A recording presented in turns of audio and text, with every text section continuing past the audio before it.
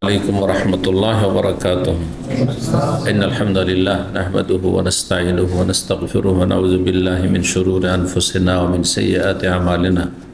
من يهده الله فلا مضل له ومن يضلل فلا هادي له. وأشهد أن لا إله إلا الله وحده لا شريك له وأشهد أن محمدا عبده ورسوله صلى الله تعالى عليه وعلى آله وصحبه وسلم تسليما كثيرا. أما بعد فقد قال الإمام البخاري رحمه الله تعالى باب الإزار المهدب. ويذكر عن الزهري وأبي بكر بن محمد وحمزة بن أبي أسيد ومعاوية بن عبد الله بن جعفر أنهم لبسوا ثيابا مهدبا. قال حدثنا أبو اليمان قال أخبرنا شعيب عن الزهري قال أخبرني عروة بن الزبير أن عائشة رضي الله عنها زوج النبي صلى الله عليه وسلم قالت جاءت امرأة رفاعة القرظي رسول الله صلى الله عليه وسلم وأنا جالسة وعنده أبو بكر فقالت يا رسول الله إني كنت تحت رفاعة فطلقني فبت طلاقي فتزوجت بعده عبد الرحمن بن الزبير الحديث। সম্মানিত ভাতৃমণ্ডলী, আল্লাহ রাব্বুল আলামিনের প্রশংসা এবং প্রিয় নবী সাল্লাল্লাহু আলাইহি ওয়াসাল্লামের উপর সালাত ও সালামের পর আজ সোমবার 19শে জমাদাল উলা 1447 মোতাবেক 10ই নভেম্বর 2025 আমাদের ধারাবাহিক আলোচনা সহিহুল বুখারীর পোশাক পর্ব নম্বর 2। আমরা গত জুমায় এই পোশাকের পর্ব শুরু করেছি, পর্ব নম্বর 2। ইমাম বুখারী রাহিমাহুল্লাহর এই পর্বের অধ্যায় নম্বর 6। এতে পোশাক সম্পর্কে যেসব হাদিসগুলি এসেছে রাসূলুল্লাহ সাল্লাল্লাহু আলাইহি ওয়াসাল্লাম থেকে, সেসব হাদিসগুলির যেগুলি ইমাম বুখারী রাহিমাহুল্লাহর শর্ত মোতাবেক সেগুলিকে নিয়ে এসেছেন। সব পোশাক সম্পর্কীয় হাদিস নিয়ে আসেননি ইমাম বুখারী রাহিমাহুল্লাহ। যে কোনো কিতাবে সবগুলি হাদিস নেই, বরং যে হাদিসগুলি তিনি তার শর্ত মাফিক পেয়েছেন বা মনে করেছেন নিয়ে এসেছেন। তো এখানে 6 নম্বর অধ্যায়ে যে বিষয়বস্তু রয়েছে তা হচ্ছে বাবুল ইজারিল মুহাদ্দাব। এই অধ্যায় হচ্ছে এমন লুঙ্গি ব্যবহার করা যা ঝালর বিশিষ্ট। ঝালর শব্দটিকে বুঝেন? ঝালর বুঝেন কি? কাপড়ের সাইডে যে সুতা বেরিয়ে থাকে, আঞ্চলিক ভাষা থাকতে পারে, যেমন আঞ্চলিক ভাষা আমাদের চাঁপাইনবাবগঞ্জ, রাজশাহী আর বাংলাদেশের মধ্যে আর ভারতের মধ্যে মালদহ, ওগুলোকে ফুফি বলে, যেগুলোতে সুতা বেরিয়ে থাকে। এই ধরেন এটা কিনারা আছে, এটা 2 রকম, কিন্তু এটাতে পাড়কে সেলাই করা আছে, তাই না? আর কিছু পাড়ে আছে সুতা বেরিয়ে আছে, মানে একদিকে সুতা আছে আর একদিকে সুতা নেই। কাপড় কখন তৈরি হয়? তাতে দুটো সুতা থাকে, একটা খাড়া থাকে, একটা আড়া থাকে। কথা বোঝা গেছে? এটাকে তাঁতিদের ভাষায়, তাঁতিদের বাড়ি আমি কিন্তু লেখাপড়া করেছি, লজিং থেকেছি। আমাদের যুগে ওই ছিল না, বোর্ডিং ছিল না, লজিং সিস্টেম পড়েছি। 4 বছর তাঁতিদের বাড়িতে থেকেছি। ওদের যেই সব এতে কাপড় তৈরি হয় ওগুলোকে লুম বলে, বুঝেন? তার মানে কেউ তাঁতি নেই বা তাঁতিদের প্রতিবেশী নেই, বুঝেন না? লুম বুঝেন? লুম কি? মেশিনটার নাম, যাতে তৈরি হয় কাপড়। হ্যাঁ, কাপড় তৈরি হয়, কাপড় বোনানো হয়, কাপড় বোনা সোজা। তো ওতে একটা লম্বা সুতা থাকে, যেটাকে খোলা জায়গায় বা বাগানে, তারা আমবাগান ওই সব এলাকায়, তো ওরা লম্বা করে সুতা টানতো, ওটার নাম তানা। ওই সুতা টান হচ্ছে টানা বলে, টানা বলে। আর যেটা আড়াআড়ি সুতা, যেটা দিয়ে কি করা হয় লোমে, হ্যাঁ, যেটাকে সুতা, আর সুতাগুলিকে আবার সুতা লম্বা হয়ে আছে তো ফোল্ড করা আছে, আর ওতে আবার কি করা হচ্ছে, কাপড় বোনানো হচ্ছে। ওইটার নাম বানা, টানা এবং বানা। টানা লম্বাটা, আর বেড়া বা আড়া যেটা, সেটা হচ্ছে বানা। দুটো দিয়ে কাপড় তৈরি হয়। দুটো একটা যদি থাকে, বেরিয়ে আছে। আজকাল কিছু প্যান্ট বেরোচ্ছে, জেন্টস প্যান্ট, দেখেছেন? হ্যাঁ, পশ্চিমাদের অনুসরণে নতুন মনে হয় ছিঁড়া। প্রথমত আমার দেখলো ছিঁড়া কেন পড়ছে এরা, কিন্তু এটা ফ্যাশন। এটা হচ্ছে কাফেরদের অনুকরণে এইরকম পোশাক তৈরি করা হয়েছে। ছিঁড়া কাপড়টা হচ্ছে সভ্যতা। হ্যাঁ, ছেঁড়া কাপড় সভ্যতা। কারণ নাকি কোনো খ্রিস্টানের জিন্স প্যান্ট ছিঁড়ে গেছিল, হাঁটুগুলো ছিঁড়ে যায় না, ছিঁড়ে গেছিল, তখন ওখানে কি করেছে, ওই ছেঁড়াটাতে একটু তালি লাগিয়ে নিয়েছে। তখন কিছু যারা খ্রিস্টান ইহুদি খ্রিস্টানদের অন্ধ অনুসারী, কথিত মুসলিম যারা, তারা সারা বিশ্বে মিডিয়াতে যখন দেখলো, আর সেই ব্যক্তি খুব হিরো, বা ভাইরাল সেলিব্রিটি, যার ওই ছিঁড়ে গেছে, ও ওখানে তালি লাগিয়ে নিয়েছে যে কাপড়টা নষ্ট না করে দামি কাপড় তালি লাগিয়ে নি, বলছে এইটাও একটা নতুন মনে হয় ফ্যাশন। তখন সব গোটা দুনিয়াতে কি শুরু হয়ে গেল, নতুন কাপড়ে তালি লাগিয়ে পরা শুরু হয়ে গেল। এ হচ্ছে কাফেরদের গোলামির পরিণতি। ওরা যেটা করে সেটা ভালো লাগে, বুঝতে পারছেন? সাধারণত কোনটা ভালো লাগে? যেটা সেলাই করা আছে বা পাড় আছে। লুঙ্গিতে আপনাদের কি আছে? পাড় আছে বা পাড় আছে। কিন্তু প্যান্টে সেলাই করা, ফোল্ড করা থাকবে। প্যান্ট হোক, পায়জামা হোক, নিচে কি করা আছে? মোড়ানো আছে, সেলাই করা আছে। কিন্তু এটাতে থাকছে সুতা বেরিয়ে থাকছে, দেখেছেন না? দেখেননি কেউ? হাফ করা থাকছে, রান খোলা, আর ওখানে আবার সুতা বেরিয়ে আছে ছিঁড়ে, যেমন ছিঁড়ে গেছে হয়তো, এদিকে কেটে ফেলে দিয়েছে। এইভাবেই কিন্তু কাফেরদের গোলামিটা ধীরে ধীরে, যারা দিন বুঝে না, দিন ইসলাম পালন করে না, তারা এইভাবে সব কিছুতেই গোলামি করে। কাফেরদের সবটাই ভালো লাগে, নোংরামিটাই ভালো লাগে। জি, ওদের মতো লেখাপড়া করতে আর ভালো লাগে না, ওদের মতো যোগ্য হইতে ভালো লাগে না, কারণ ওতে মেহনত করতে হয়, কষ্ট করতে হয়। বুঝতে পারছি? আল্লাহ হিদায়াত করবে সব জাতি। তো বাবুল এজারিল মুহাদ্দাব, এজার লুঙ্গি, আল মুহাদ্দাব হুদবাতন থেকে। হুদবাতন মানে ওই যে এগুলো আপনার ঝালর, শুদ্ধ ভাষা ওটি ঝালর। উর্দু, হিন্দি, বাংলাতে ঝালরই শুদ্ধ ভাষা। তো যে সুতাগুলি ঝুলে ঝুলে থাকে, এই গুতরা তো আছে, কিন্তু আমার একটি গুতরা আমি রেখেছি, ওটা এইভাবে মোড়ানো নাই। কি আছে? আমার অফিসে গিয়ে দেখবেন যে রুমাল আছে, এই যে রুমাল, ওতে সুতা বেরিয়ে আছে, ঝুলছে। একসময় ওগুলো খুব চলতো আরব দেশে, আজকে থেকে 10-20 বছর আগে খুব চলেছে ওগুলো। এখন আর কেউ, পরিবর্তন হয়েছে, কেউ তেমন ব্যবহার করে না। কিন্তু আমার একটি আছে, তো আছে, একটা দেখেছি, ওটা স্মৃতি আছে। তো যাই হোক, কি বলছিলাম, মুহাদ্দাব এমন কাপড় যাতে কি আছে, ঝালর বা সুতা ঝুলতে আছে। যদি লুঙ্গি কেউ পরে বা পায়জামা পরে আর ওইভাবে সেলাই করে মুড়িয়ে না রাখে, আর তাতে আপনার সুতা ঝুলতে আছে, তাও জায়েজ আছে। কিন্তু নাজায়েজ কখন হবে কোনো কিছু? যখন আপনার মগজ মস্তিষ্কে বসে আছে যে এটা খ্রিস্টানরা করে, এটা সাদা চামড়ারা করে, কাফের করে, আর ওরা আমাদের চাইতে উন্নত, তো তাদের অনুকরণ করুন, এটা তখন হারাম হয়ে যায়। জি, এই জন্য বিবাহিতা মহিলা যদি চুল ছোট করে এখান পর্যন্ত রাখে, কিসের জন্য? যে চুলে কষ্ট দিচ্ছে, অথবা ওকন হয়ে যাচ্ছে, অথবা স্বামী চাইছে যে মাঝে মধ্যে এরকম করে রাখো, শুধু এতটুকু হয়তো জায়েজ। কিন্তু যদি না, খ্রিস্টান মহিলারাকে দেখা যায় যে ওরা চুলকে কেটে কেটে রাখে, তো তাদেরটা ভালো লাগে, সেজন্য আমি তাদের মতো হব, তাহলে তখন হারাম হয়ে যাবে। কারণ রাসূলুল্লাহ মানতে সাব্বাহ বিকওমিন ফাহুয়া মিনহুম, কোনো মুসলিম যদি কোনো বিজাতি কাফেরদের বেশভূষা গ্রহণ করে, সদৃশ্যতা অবলম্বন করে, তো তাদের দলভুক্ত হবে, তাদের সাথে তাদের হাসর হবে।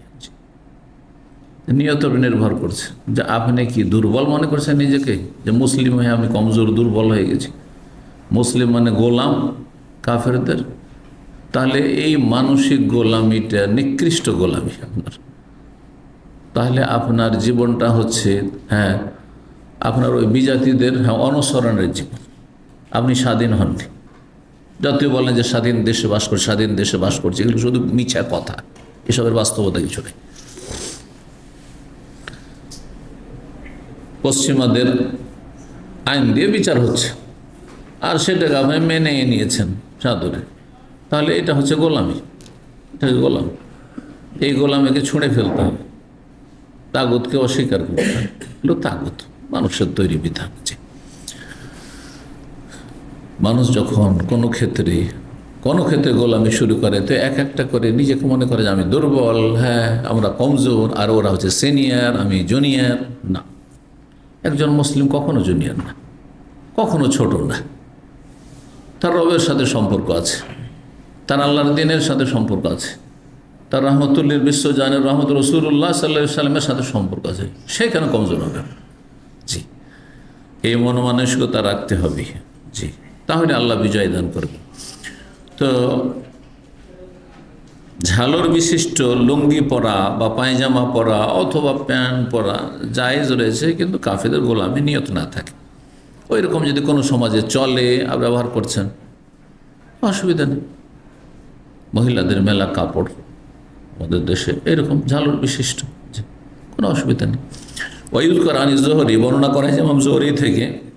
এরা কয়েকজন তাবেই, প্রখ্যাত ইমাম ছিলেন বড় ইমাম জোহরি রাহিমাহুল্লাহ, মোহাম্মদ ইবিন শিহাব আর জোহরি, মদিনার ইমাম ছিলেন তিনি। আবু বকর ইবিন মোহাম্মদ ইবিন হাজম ও হামজা ইবিন আবি ওসাইদ এবং মোহাম্মদ ইবিন আবদুল্লাহ ইবিন জাফর, এরা সকলেই কি করেছেন, আন্নাহুল্লাহ বেসু সৈয়াবান মোহাদ্দাবান, এরা ঝালর বিশিষ্ট কাপড় পরেছেন, লুঙ্গি পরেছেন, যাতে সুতা ঝুলতে আছে নিচের দিকে, এরকম কাপড় পরেছেন। অথবা চাদর পরছেন, তার যাতে চাদরে একদিকে আপনার সুতা ঝুলতে আছে, যেমন রুমাল পরেছেন এটি। জি, সুতরাং এটি জায়েজ। 5792 নম্বর হাদিস বর্ণনা করেছেন উরা ইবনে জুবাইর, প্রখ্যাত তাবী সাহাবীন ছেলে, এবং জুবাইর রাদিয়াল্লাহু তাআলা আনহুর স্ত্রী ছিলেন আসমা বিনত আবু বকর সিদ্দিক রাদিয়াল্লাহু তাআলা আনহুর বড় মেয়ে আসমা রাদিয়াল্লাহু তাআলা আনহা তার ছেলে। তো আর তার খালা হচ্ছেন মা আয়েশা রাদিয়াল্লাহু তাআলা আনহা। তো খালা থেকে বর্ণনা করেছে আন্না আয়েশা রাদিয়াল্লাহু আনহা যাওজান নবী সাল্লাল্লাহু আলাইহি ওয়াসাল্লাম কালাত, নবী সাল্লাল্লাহু আলাইহি ওয়াসাল্লামের সহধর্মিণী মা আয়েশা রাদিয়াল্লাহু তাআলা আনহা বলেন, কি বলেন, একটি ঘটনা কি ছিল বলছে, জাহাত ইমরাত রিফাত আল কোরাজি, বানু কোরাইজা বংশের রেফা নামক ব্যক্তির স্ত্রী একবার আসলো কার কাছে, রাসূলুল্লাহ সাল্লাল্লাহু আলাইহি ওয়াসাল্লামের কাছে। রেফা কোরাজি নামক এক ব্যক্তি, যেই ব্যক্তির স্ত্রী আসলো রাসূলুল্লাহ সাল্লাল্লাহু আলাইহি ওয়াসাল্লামের কাছে এক সময়, বলছেন মা আয়েশা ওয়ানা জালিসাতুন, সেই সময় আমি বসেছিলাম, নবী সাল্লাল্লাহু আলাইহি সাল্লাম আছেন বাড়িতে, আর বাড়িতে এই মহিলা আসলো। ওয়াইন্দাহু আবু বকর, নবী সাল্লাল্লাহু আলাইহি সাল্লামের কাছে আবু বকর সিদ্দিক রাদিয়াল্লাহু তাআলা শ্বশুর সাহেবও ছিলেন, শ্বশুর জামাই আছেন, আর নবী সাল্লাল্লাহু আলাইহি ওয়াসাল্লাম সহধর্মিণী আবু বকর সিদ্দিক রাদিয়াল্লাহু তাআলা আনহুর মেয়ে মা আয়েশা রাদিয়াল্লাহু তাআলা আনহা আছেন। ফাকালাত, সেই মহিলা এসে বলল, ইয়া রাসূলুল্লাহ, হে আল্লাহর রাসূল, রেফার স্ত্রী এসে বলে, হে আল্লাহর রাসূল, ইন্নী কুনতু তাহতা রেফা, আমি রেফার অধীনে ছিলাম, মানে তার স্ত্রী ছিলাম। ফাতাল্লাকানি, সে আমাকে তালাক দিয়েছে।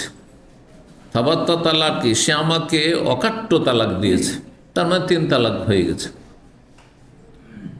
তালাক আলবাত্তা বা শক্ত তালাক, অকাট্য তালাক মানে যে তালাকের পর আর ফিরে নেওয়ার কোনো চান্স নেই, সেটি হচ্ছে 3 তালাক। জি, 3 তালাক। আর 1 তালাক দিয়ে যদি ইদ্যত পার হয়ে যায় সেটিও অকাট্য, কিন্তু সেটা একবারে এমন অকাট্য নাই যে ফিরিয়ে নেওয়ার কোনো চান্স নাই, বরং নতুন বিয়ে করে ফিরাতে পারবে। এইরকমই 2য় তালাক হয়েছে, তারপরে ইদ্যত পার হয়ে গেছে, যদিও স্বামী স্ত্রীর সম্পর্ক নাই, কিন্তু নতুনভাবে সরাসরি বিয়ে করতে পারবে। 3 তালাক হয়ে গেলে আর সরাসরি বিয়ে করার কোনো চান্স নেই, যতক্ষণ অন্য কোনো স্বামীর সাথে বিবাহ না হবে, সহবাস না হবে, আর স্বেচ্ছায় তালাক না দেবে। চুক্তি, ইশারা, ইঙ্গিতে বিয়ে, হিল্লার বিয়ে, এটি জেনা ব্যভিচার। যারা হিল্লার বিয়ে করায় তারা জেনা ব্যভিচারে লিপ্ত, নোংরামিতে লিপ্ত। ওই শিয়াদের মোতার বিবাহ যেমন জেনা ব্যভিচার, ঠিক তেমনি হিল্লার বিয়ে, হালালার বিয়ে হচ্ছে জেনা ব্যভিচার। এটি শিয়াদের নোংরামির মতো। শিয়ারা বড় বেদাতি, আর এরাও বড় বেদাতি, যারা জেনাকে ধর্মীয় রূপ দিয়েছে। আউযু বিল্লাহি মিনাশ শাইতানির রাজিম। জি, তো আমার একটি আলোচনায় আছে অনেক আগে, অভিশপ্ত হালালা।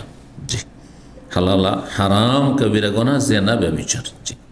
লানত রয়েছে যে করবে, যে করাবে, তারপর যারা এই ব্যবস্থা করবে, যে বিয়ে করলো এই ঠিকার বিয়ে কন্ট্রাক্টের, আর যে তোমার বউটাকে হালাল করে দিচ্ছে, আর কি করলো, যার জন্য বিয়ে করলো মানে যার কাছে ফিরে যেতে চায় সে মহিলা আগের সময়, দুইজনের লানত রয়েছে।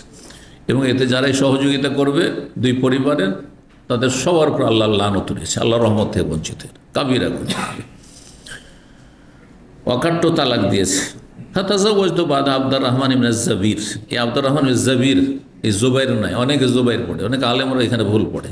অধিকাংশ নামগুলি জুবাইর আছে এভাবে লেখা থাকলে, যদি হরকত না থাকে। কিন্তু এই ব্যক্তি যাকে বিয়ে করেছিল এই মহিলা, যখন তার আগের স্বামী রেফা তালাক দিয়ে দিল, তখন আর সে তার অকাট্য তালাক হয়ে গেল, তখন সে বিয়ে বসলো আব্দুর রহমান ইবনে জাবিরের সাথে। তারপরে তার সাথে যখন সংসার করা শুরু করলো, দেখলো যে তার পুরুষত্ব নেই, তার পুরুষত্ব নেই।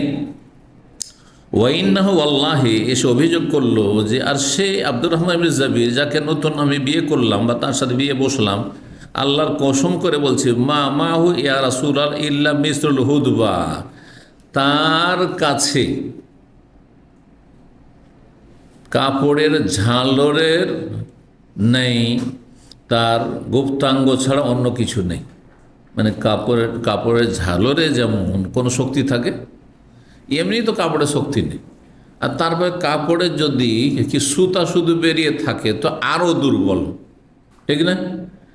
তো সেই মহিলা ইঙ্গিতে বোঝাতে চেয়েছে যে আমি নতুন যার সাথে বিয়ে বসেছি তার গুপ্তাঙ্গে কোনো নড়াচড়া নেই, কোনো ক্ষমতাই নেই। জি, সহবসের তার ক্ষমতাই নেই।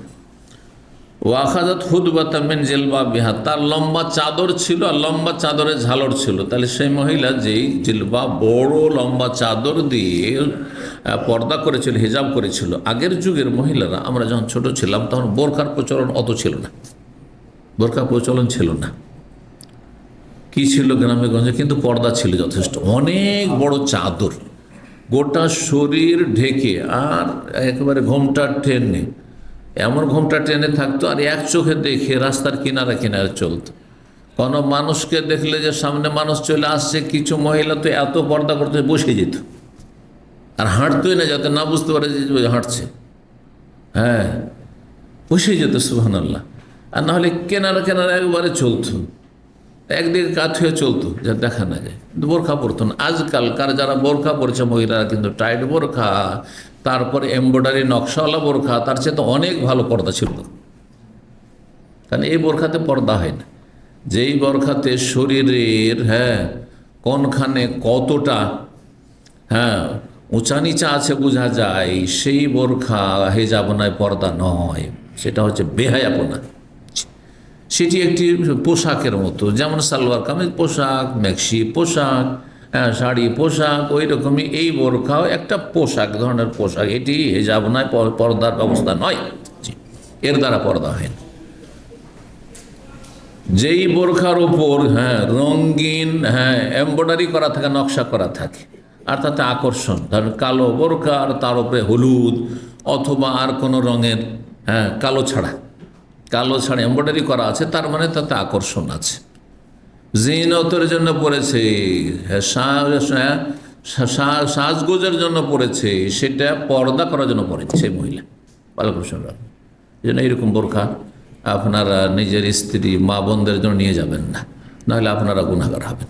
কোনো সহযোগিতা করবেন না। কেউ অর্ডার দিয়েছে একটু নকশাওয়ালা বোরখা নিয়ে আসো, একটু ফিটফাট বোরখা নিয়ে আসো, না, নিয়ে যাবেন না।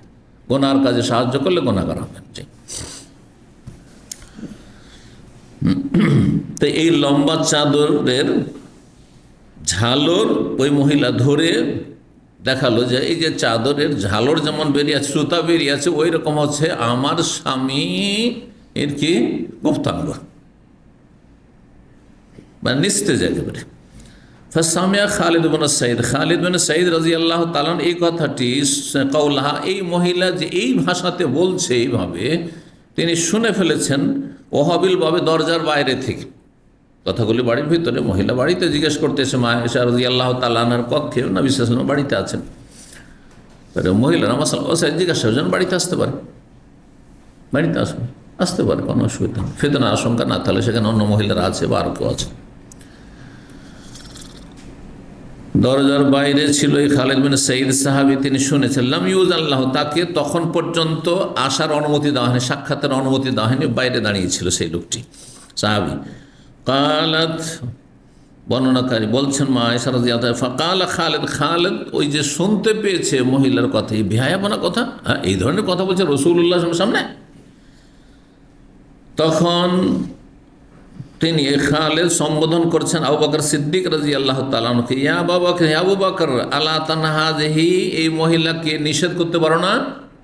তুমি রাসূলুল্লাহ সাল্লাল্লাহু আলাইহি ওয়াসাল্লামের সাথে বসে আছো, কি থেকে আম্মা তাজহারু বিহিন্দা রাসূলিল্লাহ, রাসূলুল্লাহ সামনে কিভাবে সে প্রকাশ্যে এই কথাগুলি স্পষ্ট ভাষায় বলছে, এসব বেহায়াপনা কথাবার্তা হচ্ছে। হ্যাঁ, নির্লজ্জ, লজ্জা লাগে না তাকে এভাবে বলতে যে আমার স্বামীর লিঙ্গ হচ্ছে একেবারে কাপড়ের ঝালরের মতো?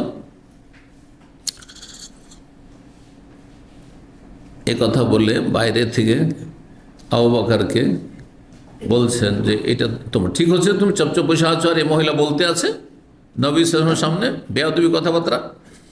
ফাকালাহা রাসূলুল্লাহ, না ফালা ওয়াল্লাহি, মা আয়েশা রাদিয়াল্লাহু বর্ণনা করছেন যে আল্লাহর কসম করেছে, মা ইয়াজিদু রাসূলুল্লাহ সাল্লাল্লাহু আলাইহি ওয়াসাল্লাম আলা আত-তাবাসসুম।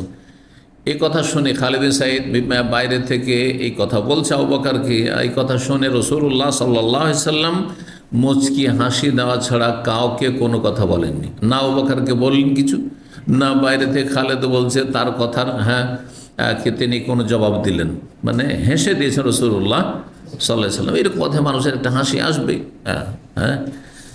তো হেসে দিয়েছেন। ফাকালাহ রাসূলুল্লাহ সাল্লাল্লাহু আলাইহি ওয়াসাল্লাম তখন ওই মহিলাকে, যে রেফা কোরাজির স্ত্রী ছিল আর পরে আব্দুর রহমান জাবিরকে বিয়ে করেছিল, তাকে বললেন, যে মাসলা জিজ্ঞেস করতে এসছে, লাআল্লাকে তুরিদিন আন তারজিলা রেফা, মনে হচ্ছে যে তুমি তোমার আগের স্বামী রেফার কাছে ফিরে যেতে চাচ্ছ। ইঙ্গিতে বোঝা যায়, এসে যদি দ্বিতীয় স্বামীর, আগের স্বামীর ঘর থেকে তালাক হয়ে দ্বিতীয় জায়গায় বিয়ে হয়েছে, আর তারপরে যদি বর্তমান স্বামীর বিরুদ্ধে অভিযোগ করে, তাহলে কি বোঝায়? যে ভালো না, এর কাছে থাকতে চায় না, তার হয়তো আগের স্বামীর কাছে ফিরে যেতে চায়। আর এর সাথে বিয়ে হয়ে গেছে, যদি তার সাথে একবার মিলন হয়ে গিয়ে থাকে তাহলে তো হালাল হয়ে গেছে। এমন তালাক নিয়ে, খোলা নিয়ে গিয়ে আগের স্বামী বিয়ে করতে পারে, কিন্তু কন্ট্যাক্ট চলবে না, ইশারা ইঙ্গিত চলবে না যে তুমি একটু হালাল করে দিও, বা আচ্ছা ঠিক আছে তুমি হয়তো কিছু বলছো না, কিন্তু তোমার একটু উপকার করে দিলাম, আমি তোমার স্ত্রীটাকে হালাল করে দিলাম। এইরকম যদি কোনো কিছু থাকে, ইশারা ইঙ্গিত স্পষ্ট অস্পষ্ট থাকে, তাহলে তো হারাম এটি, তাহলে তখন লানতের কাজ।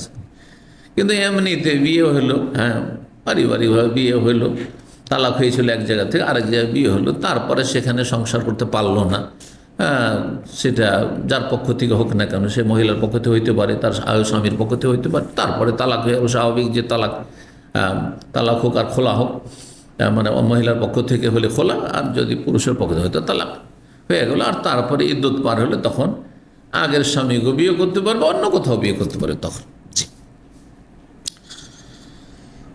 রাসূলুল্লাহ সাল্লাল্লাহু আলাইহি ওয়াসাল্লাম বললেন যে লাআল্লাকা তুরিদু আন তারজিলা রাফা, মনে হচ্ছে তোমার কথাই যে তুমি আগের স্বামী রেফার কাছে ফিরে যেতে চাও। বললেন রাসূলুল্লাহ, ফিরে যেতে পারবে না, কারণ ওর সাথে সহবাসী হয়নি তো। ও যখন বলছে যে আমার স্বামীর গুপ্তাঙ্গ হচ্ছে কিসের মতো, কাপড়ের সুতার মতো, সহজ ভাষায় জানলেন মানে কাপড়ের সুতার মতো, তার মানে সহবাসে অক্ষম, একেবারে সহবাস করতে অক্ষম। তো সহবাস না হইলে হালাল হবে না আগের স্বামীর জন্য। না ফিরে যেতে, হাত্তা ইয়াজুকা ওয়াসাইলা তাকে ওয়াতাজুকি ওয়াসাইলা, যতক্ষণ পর্যন্ত তোমার মধুর স্বাদ এই স্বামী, নতুন স্বামী না গ্রহণ করবে আর তুমি তার মধুর স্বাদ গ্রহণ না করবে, তাহলে স্বামী স্ত্রীর মিলনকে কি বলা হয়েছে? মধুর স্বাদ। জি, ফাসারা সুন্নাতান বাদাহ, তারপরে এই নিয়ম নীতিমালাই শরীয়তে নির্ধারিত হইল যে তিন তালাক যদি কোথাও হয়ে যায় তো সেই স্বামীর জন্য চিরতরে যখন হারাম হয়ে গেছে, এখন হালাল হবে কি পন্থায়? কোথাও বিয়ে হলো স্বেচ্ছায়, আর তারপরে তার সাথে সহবাস কমপক্ষে একবার হলো, আর তারপরে যদি তালাক হয়, তালাক হওয়ার পরে ইদ্যত রয়েছে, ইদ্যত পার হবে, তারপরে আগের স্বামীর সাথে বিয়ে বসতে পারবে, যেমন অন্য কোথাও বিয়ে করতে পারবে। ওই স্বামীর কিন্তু কোনো দাবি থাকে না। যখন মানুষের তিন তালাক, কেন এক তালাকও যদি হয়ে যায়, শুনে রাখেন মাসলাগুলো, এক তালাক হয়েছে আর তারপরে 3 মাসিক পার হয়ে গেছে, মানে ইদ্যত পার হয়ে গেছে, তারপরে এই কথা বলার অধিকার নেই যেটা আমার স্ত্রী ছিল শুধু আমি বিয়ে করব না, কোনো অধিকার নেই তো।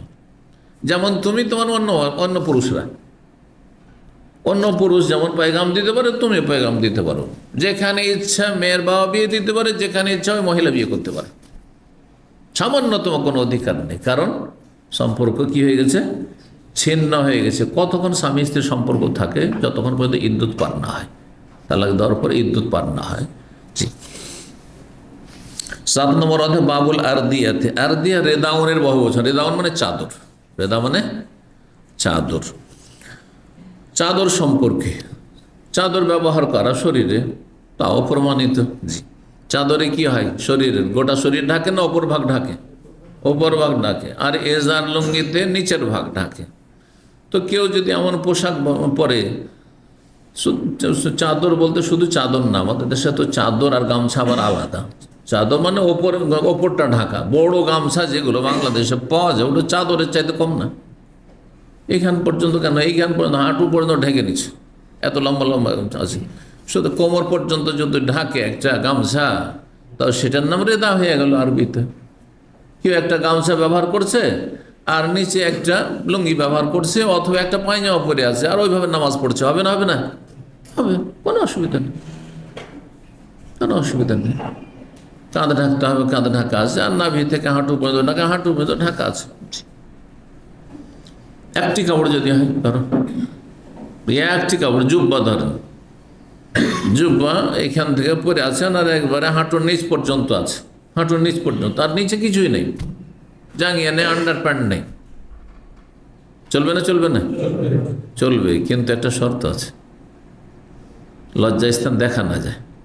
আজকালকার এইসব পাতলা কাপড় তো 1400 বছর আগে ছিল না, এমন পাতলা কাপড় না, এক সাদা কাপড় যেগুলো অধিকাংশ পাতলা, হ্যাঁ, সেগুলোতে একটু আলোর জায়গায় দাঁড়ালে লজ্জাস্থান দেখা যেতে পারে, তখন জায়েজ হবে না, নামাজ পড়াও জায়েজ না, আর এমনি ওইসব পরে থাকাও জায়েজ হবে না। তাহলে নিচে কি হইতে হবে? হাফ প্যান্ট হইতে হবে। দেখেন অনেক আরবরাকে হাফ প্যান্ট পরে থাকে, একবারে জাঙ্গিয়া নয়, কিন্তু হাফ প্যান্ট পরে থাকে, আন্ডার প্যান্ট যেগুলো আমরা আগের যুগে বলতাম, তো হাফ প্যান্ট পরে থাকে সাদা, যেটা হাঁটুর ওপর উঠে আছে, আর তারপর সাদা জুব্বা পরে আছে। তো দেখা যাচ্ছে যদি রান বেশি অংশ খোলা থাকে তাহলে হবে না, কিন্তু তো হাঁটুর কাছাকাছি পর্যন্ত ঢাকা আছে আর তার উপরে জুব্বা আছে, অসুবিধা নেই, ঢাকা আছে, লজ্জাস্থান দেখা যাচ্ছে না। কিন্তু এই রঙিনগুলো যদি হয় যে আপনারা পরে আছেন, এগুলো যথেষ্ট, এগুলো নিচে কিছু না থাকলেও কোনো অসুবিধা নেই। ওটা তো আপনার মনের ব্যাপার, যে ভিতরে কিছু রাখবেন, পায়জামা রাখবেন না, আপনি জাঙ্গিয়া রাখবেন না, আন্ডার প্যান্ট রাখবেন না, কিছু রাখবেন না, কোনো অসুবিধা নেই। আবার ইজ্জত ঢাকা থাকলেই হলো, বোঝা গেছে না? ওয়াকাল আনাস, আনাস রাদিয়াল্লাহু তাআলা আনহু বলেন, জাওয়াজা আরাবিয়ুন রিদা আন-নবী সাল্লাল্লাহু আলাইহি ওয়াসাল্লাম, জনৈক বেদুইন নবী সাল্লাল্লাহু আলাইহি ওয়াসাল্লামের চাদর ধরে টান দিয়েছিল। বেদুইন অসভ্য, যাযাবর, এরা আপনার ওই উটের পালে বা বকরির পালে বসবাস করে, জীবনযাপন করে, যেখানে ঘাস, যেখানে চারণভূমি, যেখানে পানি, সেখানে উট নিয়ে অথবা ছাগলের পাল নিয়ে থাকে। এরা কোনো সভ্যতার ছোঁয়ায় আসেনি, যার ফলে আদব কায়দা থেকে অনেক দূরে, তাদের শিক্ষা নেই, হ্যাঁ, বা কোনো সভ্যতা নেই। তো এসেছে, নতুন মুসলমান হয়েছে, আর রাসূলুল্লাহর কাছে এসেছে, আর দেখছে সবাইকে নবী সাল্লাল্লাহু আলাইহি সাল্লাম দিচ্ছেন, তো ওকে দিতে হয়তো লেট হয়েছে, বা লাইনে একটু দেরি হয়েছে, হ্যাঁ, বা হয়তো দিয়ে শেষ হয়েছে, তখন নবী সাল্লাল্লাহু আলাইহি ওয়াসাল্লাম চাদর ধরে টান দিয়েছে, আমাকে দেন, বুঝতে পেরেছেন?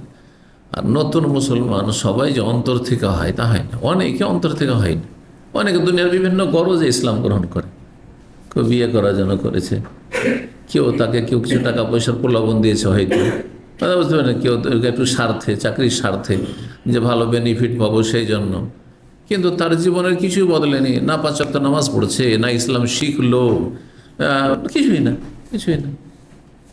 তাহলে ইসলামের কোনো মূল্য নেই, এই ইসলামের কোনো মূল্য নেই, সামান্যতম কোনো মূল্য নেই। যেমন যে 1 ওয়াক্ত নামাজ পড়ে না আর জন্মসূত্রের মুসলিম, তার ইসলামের কোনো মূল্য নেই, ইসলাম থেকে খারিজ, ইসলামের বাইরে এরা। জি, আল্লাহ হেফাজত করুন। এই জন্য মনে রাখবেন যে আল্লাহর নিয়ামত জন্মসূত্রে পেয়েছেন, যে পেয়েছেন আর পেয়েছি। 14 বছর পর্যন্ত আপনি বাই চান্সে মুসলিম হয়ে আছেন, মানে চান্স পেয়ে গেছেন, বেটার চান্স, যে আপনার বাপও মুসলিম, মাও মুসলিম, মুসলিম পরিবারে জন্ম, সেই জন্য আপনি বাই চান্সে কি হয়ে গেছেন, মুসলিম। কিন্তু যখনই সাবালক হবেন, সাবালক হওয়ার কোনো লক্ষণ যদি না পাওয়া যায় তো 15 বছর, তার আগেই লক্ষণ চলে আসে। বেশ কিছু লক্ষণ আছে, সেটা 12-13 বছরে চলে আসে পুরুষদের। যখনই 15 বছরে ঢুকে গেলেন, তখন এখন বাই চয়েস মুসলিম হইতে হবে, চয়েসের মাধ্যমে মুসলিম হইতে হবে। হয় ইসলামের পথে থাকো, আর না হলে অন্য পথ নাও। কি করবে করো, যে ইসলামে থাকতে চাই, যে ইসলামে থাকলে 5 ওয়াক্ত নামাজ পড়ো। 5 ওয়াক্ত নামাজ পড়লে মুসলিম থাকলে, আর 5 ওয়াক্ত নামাজ ছেড়ে দিলে আর মুসলিম থাকলেন, তুমি আর ইহুদি, নাসারা, খ্রিস্টান, হিন্দুতে কোনো পার্থক্য নেই। জি, ভালো করে শুনে রাখেন। এখন বাই চান্স চলবে না, আর চান্স, এই চান্স কোনো কাজে আসবে না। এখন বাই চয়েস মুসলিম হইতে হবে। যেমন একজন অমুসলিম যদি মুসলিম হতে চায়, তাহলে তাকে কি বলবো, কালেমা পড়ে ইসলামে ঢুকো। তেমনই একজন ছেলে যখনই 14-তে 15-তে পা দিচ্ছে, সাবালক হচ্ছে, তখন তাকে বলে এখন নামাজ পড়ার মাধ্যমে তোমার ইসলামটাকে টিকাও, না হলে আর টিকবে না, নষ্ট হয়ে যাবে। সহজ ভাষায় বুঝেন, যদি মুসলিম হয়ে বাঁচতে চান, মুসলিম হয়ে মরতে চান, মুসলিমে হাসর মাঠে হাজির হতে চান, মুসলিম হয়ে আল্লাহর সামনে দাঁড়াতে চান, আর জান্নাতের যদি কখনো আশা আকাঙ্ক্ষা থাকে, জান্নাত যেতে চান, তাহলে 5 ওয়াক্ত নামাজ পড়েন। 70 রাকাত 5 ওয়াক্ত নামাজ পড়তে হবে, এই ফরজ আদায় করতে হবে। তারপরে সুন্নত পড়লে ভালো আপনার জন্য, কিন্তু 17তে কোনো কমতি চলবে না। জুমা পড়ে মুসলমান থাকা যায় না, ঈদ পড়ে কখনো মুসলিম থাকা যায় না। আল্লাহ, আজকাল অধিকাংশ মুসলিমরা আল্লাহর কাছে মুসলিম নয়, আমাদের কাছে মুসলিম, হয়তো আমরা মনে করছি এরা মুসলিম। হ্যাঁ, মুসলিম সমাজে বসবাস করে, নামগুলো মুসলিম, কিন্তু আল্লাহর কাছে এরা মুসলিম নয়। জি, আল্লাহ বুঝার তৌফিক দান করেন। 5793 নম্বর হাদিস বর্ণনা করছেন ইমাম জোহরি রাহমাহুল্লাহ, বলছেন আখবরনি আলী ইবনে হুসাইন, আমাকে জানিয়েছেন হাদিস আলী ইবনে হুসাইন, যার উপাধি লাকাব ছিল জৈনুল আবেদিন, যিনি হুসাইন বিন আলী রাদিয়াল্লাহু তাআলা আনহু ছিলেন। কারণ হুসাইন রাদিয়াল্লাহু তাআলা আনহু কারবালার ময়দানে শহীদ হন, মজলুম হয়ে, নির্যাতিত হয়ে, অসহায়। ইরাকের লোকেরা ডেকে তারাই গাদ্দারি করেছিল, আর জালেম শাম দেশের জালেমরা এই গাদ্দারদের সাথে মিশে গিয়ে মেরেছিল। তো এই হুসাইন রাদিয়াল্লাহু তাআলা আনহু যখন শহীদ হন, তখন এটি ছোট বাচ্চা ছিল। এই আলী ইবনে হুসাইন জৈনুল আবেদিন ছোট্ট শিশু, তিনি বেঁচে গেছিলেন, যার ফলে তিনি একেবারে যখন শিশু, তখন তার আব্বা নির্মমভাবে শাহাদাত বরণ করেছেন, যার ফলে তিনি দুনিয়ার কোনো আর আগ্রহ রাখতেন না। এত বেশি ইবাদতবন্দি করতেন, এত বেশি ইবাদতবন্দি করতেন, সবসময় ইবাদতবন্দিতে মশগুল থাকতেন, যার ফলে সেই যুগের তাবেইনরা তাকে উপাধি দিয়েছিলেন, লাকাব, টাইটেল দিয়েছিলেন তারা জৈনুল আবেদিন। জৈনুল আবেদিন নামটি অত্যন্ত সুন্দর, কিন্তু আমাদের দেশের অধিকাংশ জয়নাল আবদিন, জৈনুল আবেদিন তার বলেন না, নাম কি করে দেয়, বিকৃত করে জয়নাল আবদিন। আর জয়নাল, আমাদের দেশের অধিকাংশ জয়নাল আবদিনগুলি জয়নাল আবদিন নয়, শাইনুল আবেদিন। তাহলে শোন, আরবিতে জৈনুল আবেদিন, জৈন মানে হচ্ছে জিনত, সাজ, আর আবেদিন এবাদতকারী, এবাদতকারীদের সাজ, হ্যাঁ, মানে অলংকার। এবাদতকারীদের, এবাদত গুজার যারা আল্লাহর এবাদতকারী, তাদের অলংকার তিনি। আর শাইনুল আবেদিন মানে এবাদতকারীদের আইব, দোষ। এর নাম শোভা পায় না বেনামাজির জন্য জৈনুল আবেদিন, যে ইবাদতে অগ্রগামী হবে তার জন্য এই উপাধি শোভা পায়। জি, আল্লাহ বুঝার তৌফিক দান করেন। আমাদের বহু আবদুল্লাহ আছে, আব্দুর রহমান আছে, আব্দুল খালেক আছে, আব্দুল মান্নান আছে, কিন্তু আল্লাহর বান্দা নয় তারা, যেহেতু বেনামাজি তারা, আল্লাহর আদেশ নিষেধ মেনে চলে না, কাবিরা গুনাহে ডুবে আছে, হারাম খেতে আছে, হারাম জীবনযাপন করতে আছে, আল্লাহর বান্দা নয় তারা। আল্লাহ হিদায়াত দান করো জাতি। তো আলী ইবনে হুসাইন জাইনুল আবেদিন তিনি বর্ণনা করছেন যে আন্না হুসাইন ইবনে আলী আখবরাহু, তার পিতা হুসাইন বিন আলী জানিয়েছেন, আন্না আলী রাদিয়াল্লাহু তাআলা আনহু বলেন, ফাদাআন নবী সাল্লাল্লাহু আলাইহি ওয়াসাল্লাম, একটি লম্বা হাদিস একটা অংশ, নবী সাল্লাল্লাহু আলাইহি ওয়াসাল্লাম নিয়ে ডাকলেন তার চাদর চাইলেন। তাহলে কারো কাছে কোনো লেবাস পোশাক চাইতে পারেন, স্ত্রীর কাছে, ছেলে মেয়ের কাছে, কোনো ছেলেকে মেয়েকে বলছেন যে আমার অমুক কাপড়টা নিয়ে আসো। তো নবী সাল্লাল্লাহু আলাইহি ওয়াসাল্লাম তার চাদর চাইলেন, ফারতাদা বিহা, চাদরটি পরিধান করলেন, ইরতাদা বিহা মানে চাদরটি পরিধান করলেন, গায়ে জড়ালেন, সুম্মান তালাকা ইয়ামশি, তারপরে চলতে লাগলেন, কোথাও যাচ্ছেন, ওয়াত্তাবাতুহু, তার সাথ ধরলাম আমি, কে বলছেন? আলী রাদিয়াল্লাহু তাআলা বলছেন। আর কে? যায়েদ ইবনে হারেসা, যে নবী সাল্লাল্লাহু আলাইহি সাল্লামের পালক পুত্র, ইসলামের পূর্বে পালক পুত্র নিয়েছেন নবী সাল্লাল্লাহু আলাইহি সাল্লাম। পালক পুত্রের বিধান রহিত করে দেওয়া হয়েছে।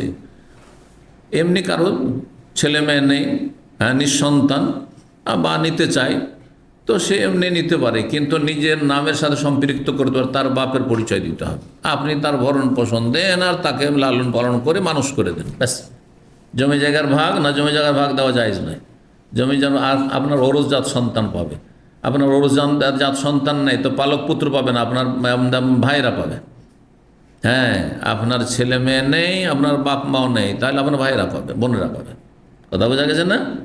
পালক পুত্রকে কি করতে পারেন? খুব বেশি তো ওসিয়ত করতে পারেন যে আমার ধন সম্পদ থেকে আর সেটা 1/3 অংশের কম হইতে হবে, যে আমার জমি জায়গা 4 বিঘা আছে, 1 বিঘা তাকে দিয়ে দিও, অথবা কিছু লিখিয়ে দিয়ে দিতে পারেন, দানপত্র করে দিয়ে যেতে পারেন আপনি। হেবা, যেটা আমাদের দেশের জমি জায়গার ভাষাতে বলা হয় তাদের কাছে, আরবি ভাষা শব্দটি, কাউকে আপনি দান করতে পারেন, অথবা বলে যেতে পারেন যে অমুককে এতটা দিয়ে দিয়ে। কিন্তু আমাদের দেশের মূর্খরা কি করে, পরের ছেলেকে নেই আর সব জমি জায়গার মালিক তাকে বানিয়ে দিল, ভাইয়েরাকে বঞ্চিত করলো, বোনেরাকে বঞ্চিত করলো। না, হারাম এটি। পরের হক, হ্যাঁ, যাদের হক তাদের হক নষ্ট করে পরকে দিল, ঘরের হক নষ্ট করে পরকে দিল। হাত্তা জাল বাইত আল্লাযী ফীহি হামজাতু, সেই বাড়িতে আসলেন যেই বাড়িতে হামজা রাদিয়াল্লাহু রাসূলুল্লাহ চাচা অবস্থান করছিলেন, চাচা অবস্থান করছে। ফাস্তাযানা, তারপর অনুমতি চায় নবী সাল্লাল্লাহু আলাইহি ওয়াসাল্লাম চাচার কাছে ভিতরে যাওয়ার জন্য। ফাআযানু লাহুম, বাড়িতে যারা ছিল তারা অনুমতি দিল। তাহলে পরের বাড়িতে ঢুকলে, যদিও চাচার বাড়ি, অনুমতি নিতে হবে। আমাদের দেশের মানুষ এগুলো বুঝতেই চায় না, চাচার বাড়ি আবার অনুমতি লাগে? হ্যাঁ, না। আপনার চিন্তা করুন, আপনার মা আছে আর কেউ নেই, আপনার মা দেখছে বাড়িতে তো কেউ নেই, গা হাতের কাপড় খুলে বসে আছে বাড়িতে, আর হুট করে ঢুকে যাবেন, আপনাকে ভালো লাগবে না? আপনার মাকে ভালো লাগবে? এইটুকু বুঝে নিলেই তো হয়। তাহলে আপনার চাচার বাড়িতে চাচি আপনার চাচির মাহারাম না, চাচি নর মাহারাম। চাচা মারা গেলে, চাচা ছেড়ে দিলে আপনি বিয়ে করতে পারেন চাচিকে। আমাদের সে মামার বাড়িতে ঢুকে, হ্যাঁ, যুবক ছেলেরা মামির সাথে গল্প করে বসে বসে, মনে করেন মামি মনে হয় খালার মতো আর ফুফুর মতো। না, মোটেই না। খালা ফুফুর মাহারাম আপনি, কিন্তু মামি কেউ না আপনার। মামির সাথে কোনো সম্পর্ক নেই আপনার। কী সম্পর্ক আছে? খালার সাথে সম্পর্ক আছে যে সে আপনার মায়ের বোন, আর ফুফুর সাথে সম্পর্ক আছে আপনার বাপের বোন। কিন্তু মামিকে, চাচিকে, আপনার চাচা বিয়ে করেছে, মামা বিয়ে করেছে, ওরা ছেড়ে দিলে, ও তালাক দিয়ে দিলে, অথবা মারা গেলে তো আপনি বিয়ে করতে পারবেন। ভাবির মতো তাহলে এটা। যেমন ভাই মারা গেলে, ভাই ছেড়ে দিলে ভাবিকে বিয়ে করতে পারেন আপনি, ছোটো ভাইয়ের বউকে বিয়ে করতে পারেন, ছোটো ভাই ছেড়ে দিলে অথবা ছোটো ভাই মারা গেলে, ঠিক ওই রকমই মামি আর। কিন্তু আমাদের দেশের জাহালাতের, মানে কি বলবেন, যে জাহালাত, এমন অজ্ঞতা দিন সম্পর্কে, যে মনে করে যে মামি আর চাচি আবার এইখানে সব বড় গল্প করছে। আর কত যে অঘটন ঘটে, এগুলো তো চোখের আড়ালে থেকে যায়, কিছু কিছু জায়গায় ধরা খেয়ে যায় এই কলঙ্কগুলো। আল্লাহ হেফাজত করুন মুসলিম সমাজে। 8 নম্বর অধ্যায়, বাব লুবসিল কামিজ। এই অধ্যায় হচ্ছে জামা পরা, শার্ট। কামিজ মানে, কামিজকে কামিজ অনেকে বলে না? হ্যাঁ, কি বলেন আপনারা? কামিজ, পুরুষদের ক্ষেত্রে কামিজটা ব্যবহার হয় না, কিন্তু মহিলাদের ক্ষেত্রে কামিজ শব্দটা কিন্তু ব্যবহার হইতো একসময়। হ্যাঁ, কামিজ ওই সদকে জ করে দিয়েছে, দিয়ে কামিজ আর কামিজ একই জিনিস, মানে শার্ট। শার্ট কাকে বলে তাহলে? কামিজ কাকে বলে? যাই এমন পোশাক যার দ্বারা শরীরের ওপর দিক ঢাকে, সেটা পাঞ্জাবির আকারে হোক, হ্যাঁ, আর ফুল শার্টের আকারে হোক, আর হাফ শার্টের আকারে হোক। এগুলো আগের যুগের নাম, কিন্তু এখন ব্যবহার করে না। ছোটোকালে এখানে থাকতো, এখান থেকে তো বলতো হাফ শার্ট, হ্যাঁ, আর এখান থেকে থাকতো, আর আবার ওই পাকিস্তানিদের মতো খানিকটা ঝুলতে থাকতো, ওইটার নাম বলতো ফুল শার্ট। আবার পাঞ্জাবি যদি আবার থাকতো, পাঞ্জাবি আবার দুই রকম, একটা তো হচ্ছে আপনার বাংলাদেশে দক্ষিণবঙ্গে আপনার ওই বিনা জুব্বার মতো, কিন্তু আপনার জুব্বার মতো নিচে থেকে নয়, হাঁটুর একটু নিচে থেকে, ওইটাকেও পাঞ্জাবি বলা হইতো, অথবা কাটা থাকলে পাঞ্জাবি। আবার এক শ্রেণীর বেদাতি মোল্লারা মনে করে যে কাটাটা হইলে অত পর্দা হয় না, হ্যাঁ, ঘেরা হইতে হবে। আবার কি করে জানলাম? বিভিন্ন দেশের মানুষের সাথে, বিভিন্ন অঞ্চলের মানুষের সাথে দেখা সাক্ষাৎ না হইলে, আর মাসলা মাসাইলকেও না জানতে আসলে আমরা অনেক কিছুই জানতাম না। তা আপনাদের চাইতে আমি অনেক বেশি কেন জানি? এই জন্য জানি, একদিন এখানে আসছে ইসলামিক সেন্টারের এক ছেলে, আসার পরে বলছে, আমাদের দেশে কিছু আলেমরা আছে আলিয়া পড়া, আলিয়া আর কমের পার্থক্য করতেছে, কথা বুঝতে পারছেন না? তো আলিয়া পড়া, তো তাদের ইমামতি চলবে? কেন কেন চলবে না? বলছে ওরা যে কাটা পাঞ্জাবি পরে, কাটা পাঞ্জাবি, যে সাইড দুটো কাটা আছে, এই যে পাঞ্জাবি যে সামনে দেখছেন না, দুই দিকে কাটা, এটা আলিয়াওয়ালা হয়ে গেল। আর যদি ঘেরা থাকে, কিন্তু আপনার জুব্বার মতো একবার টাকনোর ওপর থেকে নাই, যে আরব দেশে যে জুব্বা চলছে আপনারা যা পড়ছেন, বরং এটা কি আছে আপনার হাঁটুর একটু নিচ পর্যন্ত থাকে, দেখেছেন না? দেখেন না ওগুলো? হ্যাঁ, তো এটা বলে এইটা কওমিদের পোশাক, এটাতে বেশি পর্দা আছে, কারণ এটাতে ঘেরা থাকছে। হ্যাঁ, সিজদা টিজদা গেলে বা হাওয়া বাতাস থাকে উড়ে যাবে না, আর এটা হাওয়া বাতাসে উড়ে যাবে, বুঝতে পারছেন না? তো এইসব এত সংকীর্ণতা পোশাককে নিয়ে আল্লাহ হেফাজত করে, অথচ এইসব সংকীর্ণতার কোনো স্থান নেই ইসলাম, হ্যাঁ, কোনো স্থান নেই। আপনার কাটা পছন্দ লাগে আর ঘেরা পছন্দ লাগে, যা পড়বেন তাই। আপনার শত ঢাকা হইলি হলো, শত ঢাকা হইলি হলো, ঢিলা ঢালা পোশাক হইলি হলো, নামাজ পড়তে গিয়ে রুকু সিজদাতে কষ্ট না হইলি হলো, বোঝা গেছে না? তো কামিজ পরা, জামা পরা জায়েজ। আল্লাহ তাআলা হেকায়াতান ইউসুফ আলাইহিস সালামের ঘটনা বর্ণনা করে আল্লাহ বলেছেন, ইযহাবু বিকামিসি হাযা ফালকুহু আলা ওয়াজহি আবি ইয়াতি বাসীরা। সূরা ইউসুফের আয়াত নম্বর 93-তে ইউসুফ আলাইহিস সালামের ঘটনা বড় চমৎকার ঘটনা। ইউসুফ আলাইহিস সালামের ঘটনায় যে কত শিক্ষণীয় বিষয় রয়েছে, কিছুই না শিখতে পারেন যদি এতটুকু শিখে রাখেন যে আল্লাহ যদি কোনো কিছু আপনার জন্য করতে চায়, গোটা দুনিয়া একদিকে আপনার কাছ থেকে কেড়ে নিতে পারবে না। ইউসুফ আলাইহিস সালামকে ওর ভাইরা সবাই মিলে, ওকে তো মনে করেছিল আমরা মেরে ফেলেই দিয়েছি, হ্যাঁ, ওকে কি করেছি, কূপে ফেলে দিয়ে চলে এসেছি, ও মরেই গেছে, ওইখানে মরেই গেছে। কিন্তু তিনি কি বললেন?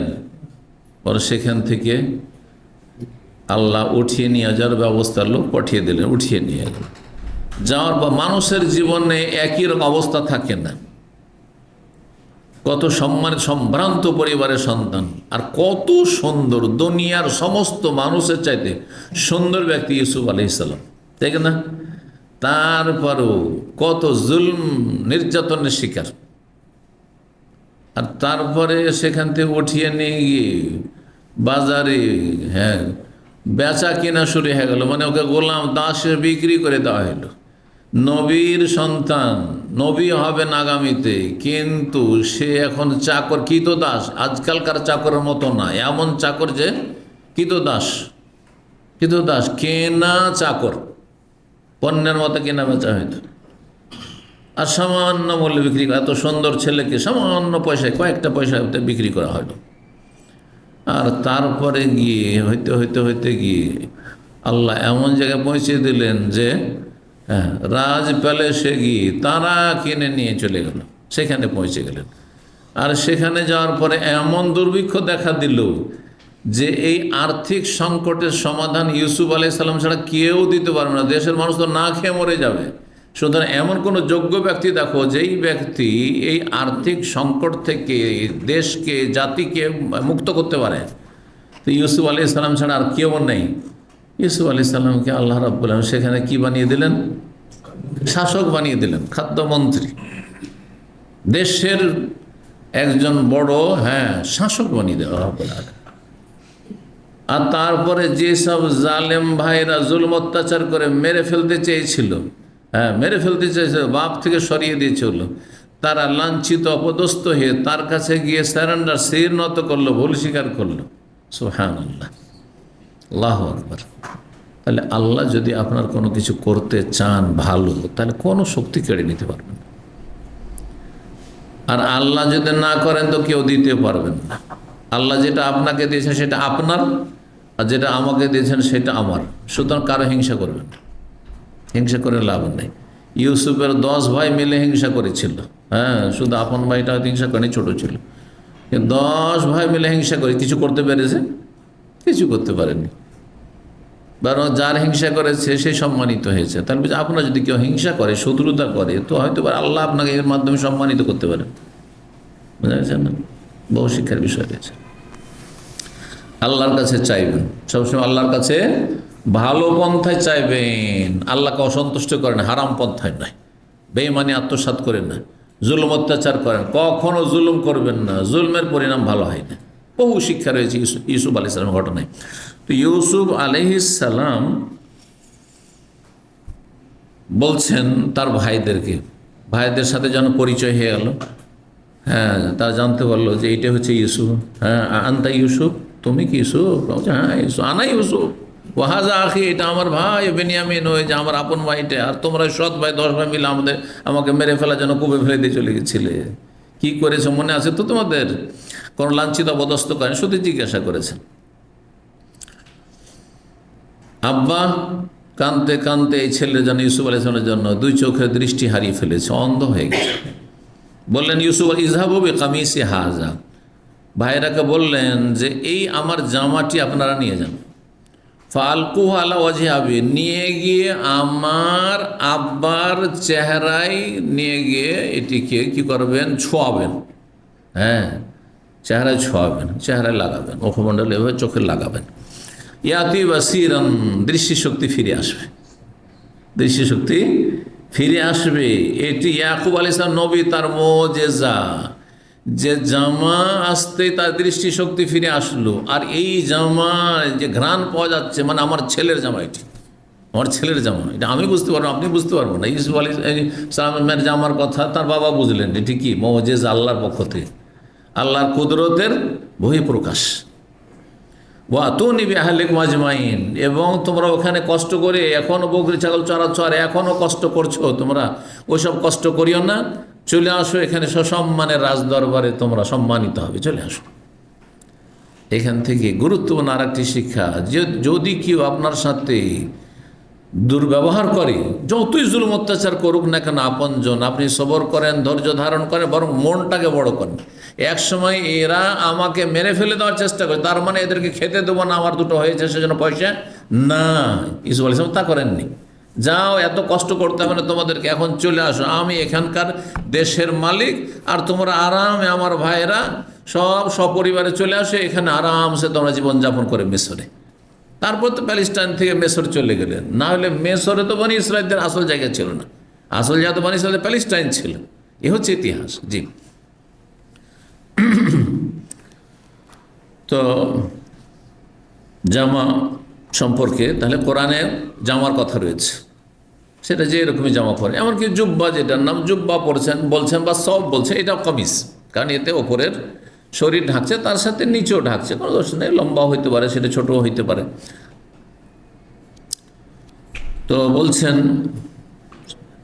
তারপরে হাদিসে 5794 নম্বর হাদিস, আব্দুল্লাহ বিন ওমর রাদিয়াল্লাহু তাআলা আনহু বর্ণিত, তিনি বলেন আন্না রাজুলান ক্বালা ইয়া রাসূলুল্লাহ, জনৈক ব্যক্তি জিজ্ঞেস করলো, ইয়া রাসূলুল্লাহ মা ইয়ালবাসুল মুহরিম মিনাস সিয়াব, মুহরিম ইহরামকারী ব্যক্তি কোন ধরনের কাপড় ইহরাম অবস্থায় পরতে পারবে? ইহরাম অবস্থায় যখন হজ উমরার নিয়ত করবে তখন কি পড়তে হয় পুরুষদেরকে? সেলাইবিহীন কাপড় পরতে হবে। এহরামবিহীন কাপড়, এহরাম না কি বলছেন, মায়াল বাসুল মোহরেম, এই মোহরেম ব্যক্তি, এহরামকারী ব্যক্তি কি ধরনের কাপড় পরতে পারবে? সেলাইবিহীন কাপড় পরতে হবে। এই মশলা প্রথম দিকে সাহাবাই কেরামদের জানা ছিল না, তো জানতে হবে যে আমি তো এহরাম বাঁধবো, তো কী কাপড় পরবো। জিজ্ঞাসা ছিল যে মোহরেম ব্যক্তি কি ধরনের কাপড় পরবে, জিজ্ঞাসা ছিল ইতিবাচক, কোন কাপড় পরবে। কিন্তু কাপড় যে কোনো কাপড় পরতে পারে, চাদরের আকারে যে কোনো কাপড়, সেলাইবিহীন যে কোনো কাপড় পরতে পারে। সেই জন্য যেগুলো পড়তে পারবে সে অনেক, এখনও এত না গনিয়ে যেগুলো পড়তে পারবে না সেগুলি সীমিত কয়েকটা, ওইটি বলে দিলে হবে। এই জন্য নবী সাল্লাল্লাহু আলাইহি ওয়াসাল্লাম উত্তরে কিন্তু নেগেটিভ বলছেন। প্রশ্ন ছিল ইতিবাচক, কিন্তু উত্তর হচ্ছে নেতিবাচক। বলছেন ফাকাল নবী সাল্লাল্লাহু আলাইহি ওয়াসাল্লাম, নবী সাল্লাল্লাহু বললেন লা ইয়ালবাসুল মুহরিমুল কামিসা, মোহরেম ব্যক্তি মানে এহরামকারী ব্যক্তি এহরাম অবস্থায় জামা পরতে পারবে না। জামা সেলাই করা থাকে না, সেলাই করা থাকে না, জুব্বাও সেলাই করা, শার্টও সেলাই করা, পাঞ্জাবি হলেও সেলাই করা, তাই না, গেঞ্জি হইলেও সেলাই করা। হ্যাঁ, সুতরাং সেলাই করা কাপড় পরতে পারবে না। তারপরে সেলাই করা কথাটি কিন্তু কোনো হাদিসে নেই। সেলাই করার উদ্দেশ্য হচ্ছে যে শরীরের আকারে কোনো পোশাক তৈরি করা, বোঝা গেছে না। কাপড় কেন আমরা সেলাই করি? কারণ শরীরের আকারে আমার পোশাকটা তৈরি করতে চাই। তো এমন পোশাক পরতে পারবেন না এহরাম অবস্থায় যেই পোশাক শরীরের আকারে গঠনে তৈরি হয়েছে, তাতে সেলাই থাক আর না থাক। আজকাল দুনিয়া উন্নত হয়েছে, যার ফলে এমনও হতে পারে যে আপনার এমন জামা যেই জামাতে কোনো জায়গায় সেলাই নেই, জড়ি নেই, হতে পারে না, পারে না, তো জায়েজ হয়ে যাবে যে না কোনো তো সেলাই নাই, কিন্তু গোটা বডি যেমন গোল ওইভাবে গোলাকার আপনার পোশাক, সেলাই টেলাই নাই থাক, জায়েজ হবে না। এটা হচ্ছে উদ্দেশ্য। কিন্তু জি, মোজাতে সেলাই থাকে নাকি?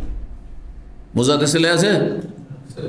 তো মোজা যখন তৈরি করতে পারেছে মানুষরা, তখন আপনার গেঞ্জি বা আপনার জামা তৈরি করতে পারবে না যাতে কোনো সেলাই নেই? হতে পারে না, পারে না, সব করতে পারে, সবই করতে পারে মানুষ আজকাল। জি, নবী সাল্লাল্লাহু বললেন যে মোহরেম ব্যক্তি জামা পরতে পারবে না। বলা সারাউইল, এবং সিরওয়ালের বহু বচন সারাউইল। আজকাল এখানে সিরওয়াল কথাটি ব্যবহার হচ্ছে। কাকে বলছে সিরওয়াল? হ্যাঁ, পায়জামা। কিন্তু শুধু পায়জামাকে না, নিচের শরীর যা ঢাকে সেটাকে সিরওয়াল বলা হয়। আর সেলাই মানে শরীরের আকারে, শরীর আকারে, তো শরীর আকারে দুটো পা আছে, দুটো পা আলাদা আলাদা ঢোকাবার যদি থাকে তার নাম সিরওয়াল। সেটা পায়জামা হইতে পারে, আবার প্যান্ট হইতে পারে, যে কোনো রকমের যে প্যান্ট আছে সেগুলো হইতে পারে, এগুলো সিরওয়াল। জি, এজার কোনটি? যেটাতে পা ঢোকাবার নাই কিন্তু নিচের শরীর ঢাকছে, ওটার নাম এজার। আর এটা সাধারণত আমরা যেটাকে লুঙ্গি বলে থাকি, সেটা সেলাই করেন আর নাই করেন। জি, ওয়ালা সারাউইল, তো পায়জামা হয়ে গেল। পায়জামা তাহলে পরতে পারবেন না। ওয়ালাল বর্ণস, টুপি পরতে পারবেন না। বর্ণস লম্বা টুপিকে বলা হয়, এটি একটি ব্যাখ্যা। তাহলে এহরাম অবস্থায় কেউ টুপি মাথায় দিতে পারবে না। আর একটি ব্যাখ্যা হচ্ছে যে এমন জামা যেই জামাতে টুপি জড়ানো আছে, এরকম জামা দেখেছেন পশ্চিম আফ্রিকার লোকেরা পরে। পশ্চিম আফ্রিকা বলতে আপনারা শুধু কালোই বুঝেন, তাই না? না, আফ্রিকা তো সাদা দেশ আছে, সাদা লোকের দেশ আছে। আলজেরিয়া আফ্রিকা না? হ্যাঁ, তিউনিসিয়া আফ্রিকা না? হ্যাঁ, মরক্কো, লিবিয়া, এসব দেশের লোক হচ্ছে সাদা সব, বোঝা গেছে না? এসব দেশে যে পোশাক আছে সেটা জুব্বার সাথে এখানে একটা টুপি ঝুলে, দেখেছেন?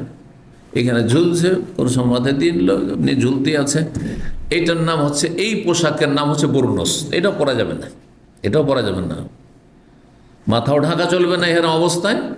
আর দুই নম্বর কথা হচ্ছে যে এই তো সেলাইকৃত শরীরের আকারে তৈরি করা হয়েছে পোশাক, সেই জন্য পরা যাবে না।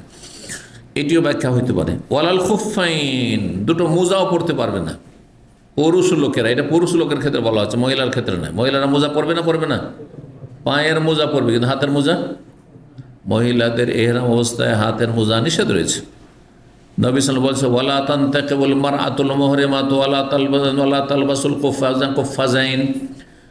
এহরামকারিনী মহিলা, এহরাম অবস্থায় যে মহিলা থাকবে সেই মহিলা হাতের মোজা পরতে পারবে, কুফাজাইন, হাতের দস্তানা বা আপনার হাত মোজা পরতে পারবে না, যেগুলোকে এখানে কি বলা হয়, সুররাব বলা হচ্ছে। হাত মোজা পরতে পারবে না, তো এটা পড়তে পারবে না। আর কি পড়তে পারবে না? ওয়ালা তান্তাকুল মার, নেকাব পড়তে পারবে না, ফাটলওয়ালা কাপড়টা পরতে পারবেন না। অনেকে বুঝে না, যার ফলে দেয় খুইলে, চেহারা খুইলে স্ত্রীকে নিয়ে এরাম বেঁধে হজ উমরা করছে, এটিও মূর্খতা। আর আরেকটি মূর্খতা হচ্ছে যে আমি তো আমার স্ত্রী পর্দা করতে হবে জরুরি, অথবা স্ত্রী আপনার দিন বুঝে নিয়েছে কিন্তু হাফ হাফ দিন বুঝে, ফুল দিন বুঝেনি, আমি চেহারা খুলতে পারবো না এত লোকের সামনে, সুতরাং ওই নেকাব করেই আপনার ওমরা করে নিল, হজ করে নিল, দুটোই ভুল, দুটোই জাহালাত। কি করতে হবে তাহলে? এই নেকাব বলা হয় মুখ ঢাকার জন্য, মুখমণ্ডল চেহারা ঢাকার জন্য যেটা তৈরি করে স্পেশালি, সেটির নাম নেকাব। আচ্ছা, তাতে সাধারণত দুই চোখের দুটো ছিদ্র থাকে, এটা হচ্ছে নেকাব।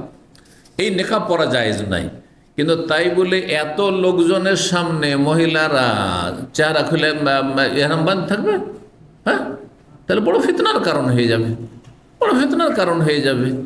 অনেক মহিলা সুন্দর রয়েছে, যুবতীর রয়েছে, না বুড়িগুলির ক্ষেত্রে বলতে পারেন যে হয়তো আকর্ষণ কম আছে, কিন্তু বুড়ার আকর্ষণ থাকতে পারে। বুড়োর আকর্ষণ নেই মনে করছেন? থাকতে পারে। সুতরাং একেবারে বুড়ি হয়ে গেছে 70, 75, 80, সেটা ভিন্ন বিষয়, কিন্তু 50, 60 পর্যন্ত অনেক মহিলারা আছে, বয়স 50, 60 হয়ে গেল, তাদের চেহারাতে এখনও সৌন্দর্য আছে, লাবণ্য আছে। সুতরাং যেখানে ফিতনা সেখানে অবশ্যই চেহারা ঢাকতে হবে। তাহলে কেমনভাবে ঢাকতে হবে? বুখারীতে যে হাদিস রয়েছে, মা আয়েশা রাদিয়াল্লাহু তাআলা বলছেন, যখন লোকজন চলে আসতো, আমরা ইহরাম অবস্থায় থাকতাম, মহিলারা নবী সাল্লাল্লাহু আলাইহি ওয়াসাল্লামের সফরে, যে হজের সফর ছিল, আর যখন দেখছি লোকজন কাছাকাছি এগিয়ে চলে আসছে, এখন দেখতে পাবে আমাদেরকে, তখন সাদালাত এহদানা জিলওয়াবাহা, আমাদের লম্বা চাদর মাথার উপর থেকে লটকিয়ে নিতাম, এইভাবে লটকিয়ে নিই, কথা বলছেন না? তো ওড়না লটকে নেবে এমন যে ওড়না দিতে দেখা যায়, আজকাল পাতলা ওড়না আছে যাতে দেখা যাবে, লটকিয়ে নেবে। লটকিয়ে নিলে এক শ্রেণীর লোকেরা আবার এইখানেও মূর্খামি করেছে, এমন বাড়াবাড়ি যে লটকাতে পারো কিন্তু চেহারা যেন টাচ না করে, ওই জন্য একটা লম্বা আবার টুপি পরে বাড়িয়ে আর এই রকম করে রাখে, এইটাও ভুল, এটাও বাড়াবাড়ি। দিনের ক্ষেত্রে বাড়াবাড়িও নেই, ছাড়াছাড়িও নেই, ওইটাও করবেন না। চেহারা টাচ করলে কোনো অসুবিধা নেই, কোনো হাদিসে এমন নাই যে চেহারা টাচ করা যাবে না। বুঝতে গিয়ে কত রকম ভুল হয়েছে, 3 রকম ভুল হলো না এই ক্ষেত্রে? 3 রকম ভুল। একটা ভুল হচ্ছে যে এহরাম অবস্থায় যেতে নেকাব চলবে না, দাও চেহারা খুলে, এটাও ভুল। আর একটি হচ্ছে এটা ছাড়াছাড়ি। আর একটি বাড়াবাড়ি কি হচ্ছে যে না আমি পর্দা করবো, সুতরাং নেকাব আমি খুলতে পারবো না। তার নবী সাল্লাল্লাহু আলাইহি ওয়াসাল্লাম নাফরমানি করলো, নেকাব পরেই কি করে নিল, ওমরা করে নিল বা হজ করে নিল, এইটাও ভুল করলো। তৃতীয় ভুল কি করলাম বললাম, সেটা হচ্ছে যে চাদর তো লটকালো ওপর থেকে বা ওড়না লটকালো, কিন্তু চেহারা যাতে না ছুঁয়ে যায়, ছুঁইলে ক্ষতি হয়ে যাবে আমার, সুতরাং একটা লম্বা টুপি দিয়ে একবার এই যে দূরে রাখতে হবে, এটাও বাড়াবাড়ি। আর ইসলামে বাড়াবাড়িও নেই আর ছাড়াছাড়িও নেই, ইসলাম হচ্ছে মধ্যম পন্থা। সেটি হচ্ছে চেহারা ঢাকবেন সেই কাপড়ে যে ওড়না আপনার ঝুলছে তাতে, বা মহিলার ঝুলছে তাতে চেহারা স্পর্শ করুক, কোনো অসুবিধা নেই। জি, আসল বিষয় কিন্তু আমাদের খুব সহজ, এগুলি মশলা নাই। হজ উমরার ইহরামের মশলা, আসল মশলা কি? যে কামিজ পরার প্রমাণ। কামিজ বলতে গিয়ে পায়জামার কথাও আসলো, টুপির কথাও আসলো, মোজার কথা, মোজা পরতে পারবে ইল্লাই আল্লাহ যাতে না আলেন। কারো যদি স্যান্ডেল জুতা না থাকে, স্যান্ডেল জুতা নাই, আর আরব দেশের এই পাথর বিশিষ্ট মাটিতে যদি হাঁটতে হয়, তো হাঁটা সম্ভব? তাহলে তো পা কেটে যাবে, ঠিক না? আমাদের দেশের ধুলো বালিতে হেঁটে না হয় খালি পায়ে হাঁটা যায় কিছু দূর, কিন্তু এসব দেশে তো খালি পা হাঁটা যাবে না। তো যদি কারো স্যান্ডেল না থাকে তাহলে মোজা পরতে পারবে, মোজা পরতে পারবে। তো কাপড়ের মোজাতে কী হবে? তাহলে বোঝা গেল এটা কাপড়ের মোজা না, খুব বলা হয় চামড়ার মোজা, খুব বলা হয় চামড়ার মোজা। চামড়ার মোজা দেখেছেন না আরব দেশে? এই চামড়ার মোজা অনেকটা পাকে রক্ষা করবে। যদি খালি পায়ে থাকেন, স্যান্ডেল নেই হয়তো, অনেক সময় মসজিদে স্যান্ডেল চুরি হয়ে যায়, খালি পায়ে হাঁটতে কষ্ট হবে, কিন্তু যদি চামড়ার মোজা থাকে তো অনেকটা পাটা রক্ষা পাবে। ছিঁড়বে তবে না মোজাটাই ছিঁড়বে, হ্যাঁ, পা তো আর কাটবে না। জি। তো যদি কারো স্যান্ডেল জুতা না থাকে ফালিয়ালবাস মা হুয়া আসফাল মিনাল কাবাইন, তাহলে এমন মোজা পরবে যেটা 2 টাকনার নিচ পর্যন্ত থাকে, নিম্ন ভাগ পর্যন্ত থাকে। অন্য হাদিস পরে নাও কি মোজা পরে নাও ওয়ালিয়াখতাহুমা আসফাল মিনাল কাবাইন, কিন্তু মোজাটা উপরে উঠে আছে ওটাকে কেটে দাও, টাকনার নিচ থেকে কেটে দিতে হবে, যাতে করে জুতোর মতো বা স্যান্ডেলের মতো হয়ে যায়, টাকনা ঢাকা না থাকে। এই হুকুমটি নবী সাল্লাল্লাহু আলাইহি সাল্লামের এখনও বহাল আছে না প্রথম হুকুম ছিল? এই নিয়ে দুটো মত রয়েছে ফুকাহাদের। একদল বলছেন না, এখনও বহাল আছে। কারো যদি পায়ে স্যান্ডেল না থাকে আর মোজা পরতে হয়, তাহলে সেই মোজাকে টাকনার নিচে থেকে পড়তে হবে, টাকনার নিচে কেটে দিয়ে আপনার টাকনার নিচে নামিয়ে নিতে হবে। কিন্তু নবী সাল্লাল্লাহু আলাইহি সাল্লাম এই হুকুমটি ছিল আপনার হুদাইবিয়ার বছর বা তারপরে বছর উমরাতুল কাজা 7ম হিজরিতে যে এসেছিলেন তখনকার হুকুম ছিল, এটি বিদায় হজের হুকুম ছিল না। বিদায় হজের সময় যখন নবী সাল্লাল্লাহু আলাইহি সাল্লাম বলেছেন যে যার কাছে স্যান্ডেল নেই, জুতা নেই, সে যেন মোজা পরতে পারে, মোজা পরলে পড়তে পারে এরকম অবস্থায়, সেখানে কাটতে বলেননি, সেখানে কিন্তু কাটতে বলেননি। এই জন্য যদি কেউ এমন হয় যে স্যান্ডেল চুরি হয়ে গেছে আর খালি পা হাঁটতেও পারছে না, হোটেলে হেঁটে যেতে হবে, আর চামড়ার মোজা আছে বা কাপড়ের মোজা আছে পাটাকে বাঁচাবার জন্য, সে মোজা যদি ওপর পর্যন্ত পড়ে থাকে তো অসুবিধা নেই, জায়েজ রয়েছে, যতক্ষণ পর্যন্ত স্যান্ডেল জুতা না পাচ্ছে। 5795 নম্বর হাদিস বর্ণনা করছেন জাবের ইবনে আব্দুল্লাহ রাদিয়াল্লাহু তাআলা আনহু। তিনি বলেন আতান নবী সাল্লাল্লাহু আলাইহি ওয়াসাল্লাম আব্দুল্লাহ বিন উবাই, নবী সাল্লাল্লাহু আলাইহি ওয়াসাল্লাম আব্দুল্লাহ বিন উবাই মুনাফিক যখন মারা গেছিল তখন আসলেন। বাদামা উদখিলা কবরাহু, তার কবরে তাকে রেখে দেওয়ার পরে, কবরে ঢুকিয়ে দেওয়া হয়েছে, নামিয়ে দেওয়া হয়েছে, তারপরে গিয়ে পৌঁছলেন কে? রাসূলুল্লাহ। মুনাফিক বাহ্যিক মুসলিম না, বাহ্যিক সে মানুষের কাছে মুসলিম, কিন্তু আল্লাহর কাছে সে মুসলিম না। কারণ এই মুনাফিক কোন মুনাফিক? বিশ্বাসের মুনাফিক। আল্লাহ পরকালে বিশ্বাস ছিল না, রসুলে বিশ্বাস ছিল না, কোরআনে বিশ্বাস ছিল না। কিন্তু আমাদের সমাজে এই যাকে তাকে কোনো পাপের কারণে ও তো মুনাফিক, ওইটা কি ওই রকম মুনাফিক নাকি? ওটা হচ্ছে আমলের মুনাফিক। তারপরে এভাবে আপনাকে মুনাফিক ট্যাগ লাগানো জায়েজ নাই, কারণ আপনি তো গায়েব জানেন না আসলে কি সে মুনাফিক, আমলের মুনাফিক। আপনি হয়তো একটা তার আমল আপনার দৃষ্টিতে সেটা আপত্তি করা হয়েছে, অন্যায় হয়েছে, মুনাফিকের লক্ষণ এসে যেন মুনাফিক। তারপরে মুনাফিকের একটা লক্ষণ থাকলে মুনাফিক হয়ে যায় না? সবগুলি লক্ষণ লাগে বা অধিকাংশ লাগে, বুঝছেন না? এই জন্য কি আপনার সাথে ওয়াদা করেছিল, ওয়াদা খেলাফি করলো, টাকাটা দিতে চেয়েছিল, ভাই আপনাকে এই 1 মাসের মধ্যে টাকাটা দিয়ে দেবো, আর তারপরে 1 মাস পার হয়ে চলে গেল, দিল না। আপনি তো মুনাফিক, দিলেন মুনাফিক বানিয়ে, সেই একটা খারাপ চরিত্রের জন্য না, এটা হারাম, জায়েজ নয়। আপনি গুনাহ করলেন, আপনি বান্দার হক নষ্ট করলেন আপনি। তা আমাদের সমাজে লোকেরা এমন কথাবার্তা বলে, নিজের আমল নষ্ট করে, নিজের পরিণাম খারাপ করে। অনেক ভালো মানুষরা আবেগই বেশি বিবেকীর চাইতে, বিবেক কে কাজে লাগায় না, আবেগকে কাজে লাগায় না, মোটেই জায়েজ নয়। যতক্ষণ পর্যন্ত অধিকাংশ মুনাফিকের লক্ষণ না পায় ততক্ষণ পর্যন্ত আমলের মুনাফিক বলা যাবে না। যেমন বেদাতি বলার জন্য একটি বেদাত থাকলে বেদাতি বলা জায়েজ নয়। জি, এখন কিছু আহলে হাদিস সম্মিলিত মোনাজাত করছে, শুধু একটি বেদাত ধরেন আছে বা 2টি বেদাত, সেটা বেদাতি বলবেন, এটি সীমা লঙ্ঘন, বাড়াবাড়ি। কিছু আহলে হাদিস আছে ধরেন ওদের সাংগঠনিক বায়াত করেছে, এই একটি বেদাত আছে, সে তাদেরকে বেদাতি বলবেন না, এটা সীমা লঙ্ঘন। আপনি দুনিয়ার স্বার্থে বলেছেন, না হয় সীমা লঙ্ঘন করেছেন। আপনি ঠান্ডা মাথায় বলেননি, আপনি সুস্থ মস্তিষ্কে বলা উচিত ছিল আপনাকে। এই জন্য শেখ আলবানী রাহমাহুল্লাহকে জিজ্ঞাসা করা হয়, শেখ আলবানী রাহমাহুল্লাহ কখনো কখনো কিছু আমল অন্যরা করে, সে আমলকে বেদাত বলেছেন। যেমন রুকুর পরে, রুকু থেকে উঠে বুকে হাত বাঁধা, এটিকে আলবানী কি বলেছেন? বেদাত বলেছেন, বেদাত দলালা বলেছেন। তখন তাকে লোকেরা জিজ্ঞেস করলেন যে আপনি যে এটিকে বেদাত বললেন, তাহলে আরব দেশের লোকেরা যে এটি করে, শেখ বাজ বিন উসাইমিন, তাদের ফতোয়া এটি যে রুকুর পরে কী করতে হবে? বুকে হাত বাঁধতে হবে, এটি সুন্নাত। তো এইসব বিজ্ঞ ওলামা, বিশ্বের সবচেয়ে বড় বড় ওলামা, তারা বলছেন সুন্নাত, তার আপনি বলছেন বেদাত, তাহলে তারা কি বেদাতি? তখন তিনি কি বলেছিলেন? এ আমাদের দেশের আলেমদের মতো যে একটা বেদাত থাকলে বেদাতি? না না, মোটেই না। কি বলেছেন? বেনা কাল্লা, কোশ্চেন কালেও বেদাতি বলছি না, বরং বেদাতি কাকে বলা হয়? যে বেদাতকে ভিত করে ধর্মকর্ম করছে। আর একটি দুটি কারো জীবনে বেদাত থাকলে সে বেদাতি নয়, তার মধ্যে বেদাত, ফিহে বেদাতন, তার মধ্যে বেদাত আছে, কিন্তু সে বেদাতি নয়। এবার বুঝতে পেরেছেন? তো আহলুল হাদিস যারা, সালাফি যারা, তাদের ভিত হচ্ছে কোরআন সুন্নাহ। তাদের ভিত হচ্ছে কি? ফাউন্ডেশন হচ্ছে কোরআন সুন্নাহ, ওহী।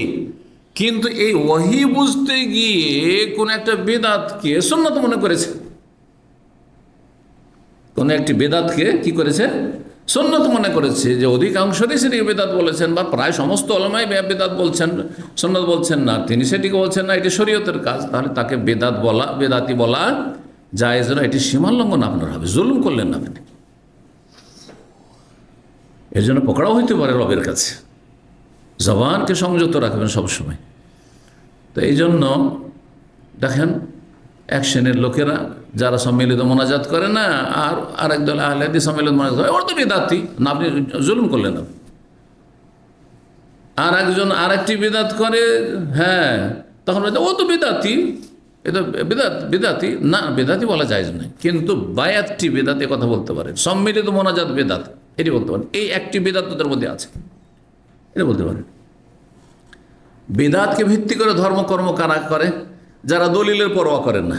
নামাজ শুরু করবে, রাসূলুল্লাহ সাল্লাল্লাহু আলাইহি ওয়াসাল্লামের নামাজ শুরু হয় তাকবীরে তাহরিমা দিয়ে, শেষ হয় কি দিয়ে? সালাম দিয়ে শেষ হয়। ওরা বলছেন না না, আমাদের বুজরুগানে দিনারা শিখিয়েছে নিয়ত পড়ে শুরু করতে হবে, জায়নামাজের দোয়া দিয়ে শুরু করতে হবে, আর কি দিয়ে শুরু করতে হবে? ইক্তাদাই তো বিহাজাল ইমাম দিয়ে শুরু করতে হবে। ইমাম হলে আনা ইমামুল লিমান হাজার আমাল্লাম ইহাজার বলতে হবে। শেষ করতে হবে কি দিয়ে? বলছে সালাম ফিলে শেষ হয়নি, বসো, মোনাজাত করে যেতে হবে, কথা বলছেন। আর তারপর সালাম ফেরার পরে কপালে হাত দিতে হবে। এদের ধর্ম হচ্ছে বেদাতের ওপর, হ্যাঁ, স্থাপিত। এদের ধর্মকর্ম হচ্ছে বেদাতের ভিত্তি করে। রোজা শুরু করবে, নবী সাল্লাল্লাহু আলাইহি জীবনে করেছেন, কোন সাহাবী করেছেন যে নাওয়াইতা নাসুমা গাদান পড়েছেন? রোজা শুরু করে সাহারি খাবে নাওয়াইতা নাসুমা গাদান পড়ি। তাই এদের ধর্মকর্মের ভিত্তি হচ্ছে বেদাতের ওপর, সুতরাং তাদেরকে বেদাতি বলবো, কথা বুঝতে পেরেছেন? দিন কায়েম করা মানে তৌহিদ, তৌহিদ ছাড়া দিন হয় না। তৌহিদ হচ্ছে লা ইলাহা ইল্লাল্লাহ, তৌহিদুল ইবাদাহ, তৌহিদুল উলুহিয়া। আল্লাহর ইবাদতে দ্বন্দ্ব ছিল, এই দ্বন্দ্বের সমাধানের জন্য সমস্ত নবী রাসূলকে পাঠিয়েছেন। যে ইবাদত একমাত্র কার জন্য হবে? আনে ইবাদুল্লাহ মা লাকুম মিন ইলাহিন গায়রুহু। কিন্তু ইকামতের দিন মানে ক্ষমতা দখল করা। আপনার দিন কায়েমের জন্য কোনো পরিকল্পনা নেই, কোনো কর্মসূচি নেই, ইকামতের দিন মানে ক্ষমতা দখল করা। এইটা হচ্ছে বেদাতি, হ্যাঁ, ধ্যান ধারণা। হ্যাঁ, এদের ধর্মকর্ম হচ্ছে বেদাতের ভিত্তি স্থাপিত। আল্লাহর রাস্তায় বেরোইতে হবে মানে চিল্লাই বেরোতে হবে, হ্যাঁ, এগুলো হচ্ছে বেদাতের ভিত্তি করে ধর্মকর্ম করা। আশা করি বুঝতে পারছেন। সুতরাং হক বাতিলকে একাকার করে দিবেন না, দুনিয়ার স্বার্থে করবেন না, আর অজ্ঞতাবশত করবেন না, আবেগের অনুসারী হবেন না, বিবেককে কাজে লাগাবেন, কোরআন সুন্নাহকে বোঝার চেষ্টা করবেন। জি,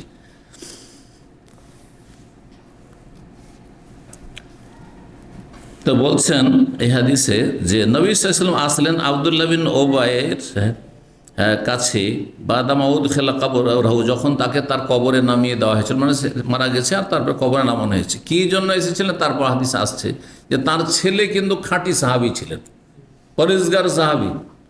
এই আব্দুল্লাহ বিন ওবায়ের ছেলের নাম আব্দুল্লাহ। তাহলে আরবদের মধ্যে বাপ বেটার নামে এক হইতো, অহরহিটা হইতো। আমাদের দেশে সম্ভব? আরে চাচার নাম, মামার নাম আছে, ওইটাও রাখা যাবে না। গোটা বংশে একটা নাম আছে, তাই রাখবেন না। অনেক সময় আমার কাছে অনেকের নাম চাই, তো আমি একটা তো দিনে 3-4টা দিই, তো 4-5টার নাম দিলাম। তো ভালো ভালো নাম ধরেন দিলাম, সলেহ। তো বলছে আমাদের গোটা বংশে একজন সলেহ আছে, ওইটা চলবে না। বুঝতে পারছেন না? অথচ আরবদের ঘরে ঘরে, হ্যাঁ, ঘরে ঘরে চাচা ভাতিজা মামা ভাগিনা সব একই নাম, আছে না নেই? কোনো দোষের কথা নেই। এখনকার চাইতে বেশি আগে ছিল। আবদুল্লাহর ছেলে আবদুল্লাহ, মোহাম্মদের ছেলে মোহাম্মদ, মোহাম্মদ বিন মোহাম্মদ, অহরহ এগুলো ছিল, কোনো দোষের কথা নেই। বাব্বাটার নাম এক হয়ে গেলে কি হলো অসুবিধা? যদি স্বামীর নাম, বাপের নাম স্বামীর না, কি বলছে, ছেলের নাম স্বামীর নাম বা ভাইয়ের নাম স্বামীর নাম হয়ে যায় আমাদের সমাজে। হ্যাঁ, এইটা উদাহরণ দিলে বেশি ভালো হবে। ভাইয়ের নাম ছিল একটা, আর তারপরে বিয়ে হয়েছে এমন ছেলের সাথে যার নামটাও ভাইয়ের নাম, আর ওই ভাইয়ের নাম বলে ডাকবে, ছোট ভাই হলো, ওটা বলা যাবে না। আরে আশ্চর্য কথা, ফাতেমা, হালিমা, হ্যাঁ, এই নাম ধরে, হ্যাঁ, নাম ধরে ডাকতেও আপত্তি, কিসের জন্য? হ্যাঁ, মা না হয়ে যায় তো নিয়ত গেল কোথায়? নিয়ত গেল কোথায়?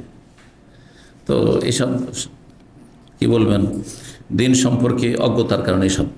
তো যাই হোক, আমরা আগে যাই। ফামারা বেহি, রাসূলুল্লাহ নির্দেশ দেয়, ফাউখরিজা, বের করা হলো। তাহলে প্রয়োজন বশত, প্রয়োজন জরুরি না হইলে কোনো মৃতদেহকে কবরে নামিয়ে দেওয়ার পরে উঠানো যায় না, বের করা। কিন্তু ধরেন তদন্ত করতে হবে, হ্যাঁ, তদন্ত বাকি আছে। কবরে অনেক সময় কবরে দাফন করার লাশ উঠাচ্ছে কিনা, এইরকম ক্ষেত্রে এই হাদিস দলিল হবে। কিন্তু এমনি এমনি একজন কেউ দেখতে চাইছে, সেই জন্য কবরে নামিয়ে দেওয়ার পরে উঠাবেন ওপরে, না মোটেই যায় না, আর উঠা চলবে না। রাসূলুল্লাহ সাল্লাল্লাহু আলাইহি ওয়াসাল্লাম স্বয়ং সেখানে আছেন, উঠাতে বললেন, বের করা হইল। ওজি আলা রুকবাতাইহি, তারপর নবী সাল্লাল্লাহু আলাইহি ওয়াসাল্লামের দুই হাঁটুর ওপর এই মৃতদেহ রাখা হলো। কাফের, মুনাফিক, কিন্তু কলেমা যেহেতু বাহ্যিক পড়েছে, আর তার ছেলে খাঁটি মুসলিম, এবং তার একটা অবদান ছিল। আব্বাস রাদিয়াল্লাহু যখন বন্দী হয়েছিলেন তখন একটা জামা দিয়েছিল, ঠান্ডার সময় রসুল চাচার জামা ছিল না, সে একটা জামা দিয়েছিল এই মুনাফিক, মদিনায় যেহেতু মদিনার নেতা ছিল সে। তো এই সব কারণে কি করলেন নবী সাল্লাল্লাহু আলাইহি সাল্লাম, লাশটা উঠিয়ে, ও নাফাসা আলাইহি মির রিকিহি, নবী সাল্লাল্লাহু আলাইহি সাল্লাম তার থুথু মোবারক তাতে ফু দিলেন। ওয়াল বাসাহ কামিসহ, তাকে একটি জামা পরিয়ে দিলেন। নবী সাল্লাল্লাহু আলাইহি সাল্লামের শরীরে যে ব্যবহার হয়েছে, মোবারক শরীরে যে জামা, সেই জামা দিয়ে দিলেন, হ্যাঁ, তার কাফনের সাথে পরানোর জন্য। জি, যে যদি এইসবের ওসিলায় যদি কিছু আযাব হালকা হয়, আর নাই হোক, কাফের আযাব তো হালকা হবে না, কারণ মুনাফিক আকীদা বিশ্বাসের মুনাফিক, কিন্তু তার ছেলে যে খাঁটি মুসলিম, তার মনের একটু সান্ত্বনা হবে যে নবী সাল্লাল্লাহু আলাইহি ওয়াসাল্লাম আমার আব্বা যেন কিছু করেছেন, ঠিক না? আর সেও এক সময় এহসান, অবদান রেখেছিল, আমার চাচাকে একটা পোশাক দিয়েছিল, তো আমিও দিলাম, তো বদলাটাও দিয়ে দিলাম, তার কোনো অবদান আমার থাকলো না। কেউ যদি আপনার উপর কোনো অনুগ্রহ অবদান রাখে, আর আপনিও তার উপর কিছু রাখলেন, তো বদলা কিছুটা দিয়ে দিলেন। জি, আল্লাহু আলাম, আল্লাহ ভালো জানে। বুখারী আল্লাহ বলছেন যে নবী সাল্লাল্লাহু আলাইহি ওয়াসাল্লাম এটা করেছেন। 5796 নম্বর হাদিস বানাবছেন আব্দুল্লাহ বিন ওমর বলছেন, লাম্মা তুফি আব্দুল্লাহ বিন উবাই, যখন মারা গেল আব্দুল্লাহ বিন উবাই মুনাফিক, যা ইবনুহু, তার সন্তান আসলেন রাসূলুল্লাহর কাছে। তার সন্তানের নামও ছিল কি? আব্দুল্লাহ, যেটা বলছিলাম। এসে বলে, ইয়া রাসূলুল্লাহ আতেনি কামিস, আপনার জামাটা দেন তো। ওকাফেনু ফিহি, আমার আব্বা যে মুনাফিক মারা গেছে, তাকে আমি কি করব? আপনার জামাটা দিয়ে কাফন দেব। তাহলে বোঝা গেল যে কাফনের জন্য একেবারে নতুন কাপড় হইতে হবে, সাদা কাপড় হইতে হবে, আর সেলাইবিহীন হইতে হবে, এমন কিছু না, জামা দিই। জি, কিন্তু আজকাল আলহামদুলিল্লাহ অভাব নাই, সেই জন্য আমরা সাদা কাপড়, উত্তম নতুন কাপড় হলে ভালো, কিন্তু অনেক বেশি দামি কাপড় যেন না হয়। ওয়াসাল্লি আলাইহি, এবং তার জানাজা পড়ে দেন ইয়া রাসূলুল্লাহ। ওয়াস্তাগফিরুল্লাহ, ওর জন্য আল্লাহর কাছে ক্ষমা প্রার্থনা করেন, যদি আল্লাহ মাফ করে দেন, আপনার জানাজার মাধ্যমে যদি তার মুক্তি কিছুটা হয়ে যাবে, হালকা হয়ে যায়। ফাআতাহু কামিস, নবী সাল্লাল্লাহু আলাইহি ওয়াসাল্লাম নিজ জামাটি দিয়ে দিলেন তার ছেলের কথায়। তাহলে কারো মন জয় করার জন্য, সান্ত্বনার জন্য কিছু করা উচিত, যদি সে ভালো মানুষ হয়। চাইছে যার জন্য, সে হয়তো ভালো মানুষ নয়, কিন্তু যিনি চাইছেন বা যে চাইছে সে ভালো মানুষ, তার মন জয় করার জন্য, তার অন্তরকে আকৃষ্ট করার জন্য, তার সন্তানের জন্য তার কথা রাখা ভালো। নবী সাল্লাল্লাহু আলাইহি ওয়াসাল্লাম তাই করেছেন। জি, ওয়াকাল লাহুম, আর বললেন তাকে, ইজা ফারাগতা মিনহু ফাআযান্না, যখন তোমার কাফন দেওয়া হয়ে যাবে তখন আমাকে জানাইও। ফালামা ফারাগা, যখন কাফন দেওয়া প্রস্তুত হলো, আযানাহু, নবী সাল্লাল্লাহু আলাইহি ওয়াসাল্লামকে জানালেন ওই আব্দুল্লাহ বিন উবাই, মুনাফিকের ছেলে, মুসলিম সে আব্দুল্লাহ। ফাজা আসলেন লিয়াসাল্লি আলাইহি, জানাজা পড়ার জন্য, জানাজার সালাত পড়তে রাসূলুল্লাহ সাল্লাল্লাহু আলাইহি ওয়াসাল্লাম। কার জন্য? সবচেয়ে বড় মুনাফিক এই উম্মতের, ওর জন্য। কত বড় তাহলে উদাহরণ! তো কত যে কষ্ট দিয়েছে, কত যে কষ্ট দিয়েছে রাসূলুল্লাহ সাল্লাল্লাহু আলাইহি ওয়াসাল্লাম, রাসূলের পরিবারকে মিথ্যা অপবাদ দিয়েছে, আর কত মানসিক অশান্তি করেছে, কত মদিনায় অশান্তি করার চেষ্টা করেছে, কত কাফেরদের সাথে মিলে ষড়যন্ত্র করেছে ইসলাম মুসলিমদের বিরুদ্ধে। তারপরে কত বড় অন্তর ছিল রাসূলুল্লাহ। চিন্তা করুন, তো আমাদের অন্তরটা একটু বড় হইতে হবে। অন্তরে যদি উদারতা থাকে তো আপোষে সহি আকিদার, একই আকিদার লোকেদের মধ্যে এত কলহ বিবাদ থাকার কথা নাই। শুধু একটা পদ পেলাম না, কেউ পদ দেওয়া হইল না, সেই জন্য গ্রুপিং তৈরি হয়ে গেল আর মারামারি শুরু হয়ে গেল। এত সংকীর্ণতা, ইখলাস কোথায় গেল তাহলে? উদারতা কোথায় রয়েছে? আর আপনার সহি আকিদার যে বিশেষ ভ্রাতৃত্ব, এক তো ইসলামিক ভ্রাতৃত্ব যে কোনো মুসলিমের সাথে রয়েছে, বেদাতি হইলেও তার সাথে একটা ভ্রাতৃত্ব বোধ আপনার থাকা উচিত। তাহলে সহি আকিদার ভাইয়ের সাথে আপনার এই ভ্রাতৃত্ব বোধ কোথায়? আর এর শ্রদ্ধা সম্মান কোথায়? আল্লাহ বুঝার তৌফিক দান করুন। আজকালকার জামানায় ইখলাস পাওয়াটা কঠিন। অধিকাংশ মানুষ দুনিয়ার বিশেষ বিশেষ টার্গেট নিয়ে কাজ করছে। যতই আল্লাহ, রসুল আর আখেরাত আর ইসলাম খুব বলছে, কিন্তু এখলাস, খাঁটি এখলাসে যখন যাচাই বাছাই হবে তখন সব ছাঁটাই হয়ে যাবে, হয়তো সব ছাঁটাই হয়ে যাবে। ইল্লা মান রাহিমাল্লাহ, আল্লাহ হেফাজত করুন আমাদের। জানাজা পড়তে গেলেন রাসূলুল্লাহ সাল্লাল্লাহু আলাইহি ওয়াসাল্লাম। ফাজাযাবা ওমর রাদিয়াল্লাহু তাআলা নবী সাল্লাল্লাহু আলাইহি ওয়াসাল্লামকে ধরে টান দিলেন। রাগ থামতে পারছেন না। আরে সারা জীবন এত শত্রুতা করলো, এত শত্রুতা করলো, আর তার জানাজা আপনি পড়বেন কেন? ধরে টানছেন রাসূলুল্লাহ সাল্লাল্লাহু আলাইহি ওয়াসাল্লামকে ওমর রাদিয়াল্লাহু তাআলা আনহু। ফাকালা, আর বললেন, আলাইসা কাদ নাহাকাল্লাহ, আল্লাহকে আপনাকে নিষেধ করেনি আন তুসাল্লি আল মুনাফিকিন, মুনাফিকদের জানাজা পড়তে? আল্লাহ তো নিষেধ করেছেন।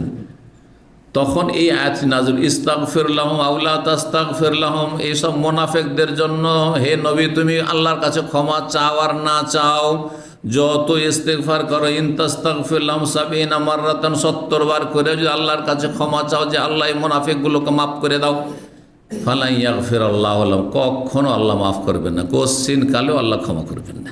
তো আল্লাহ তো ক্ষমা করবেন না বলেছেন, তা আপনি কেন ক্ষমা চাইতে যাচ্ছেন আর কেন জানাজা পড়তে চাইছেন? সূরা তওবার আয়াত নম্বর ৮০।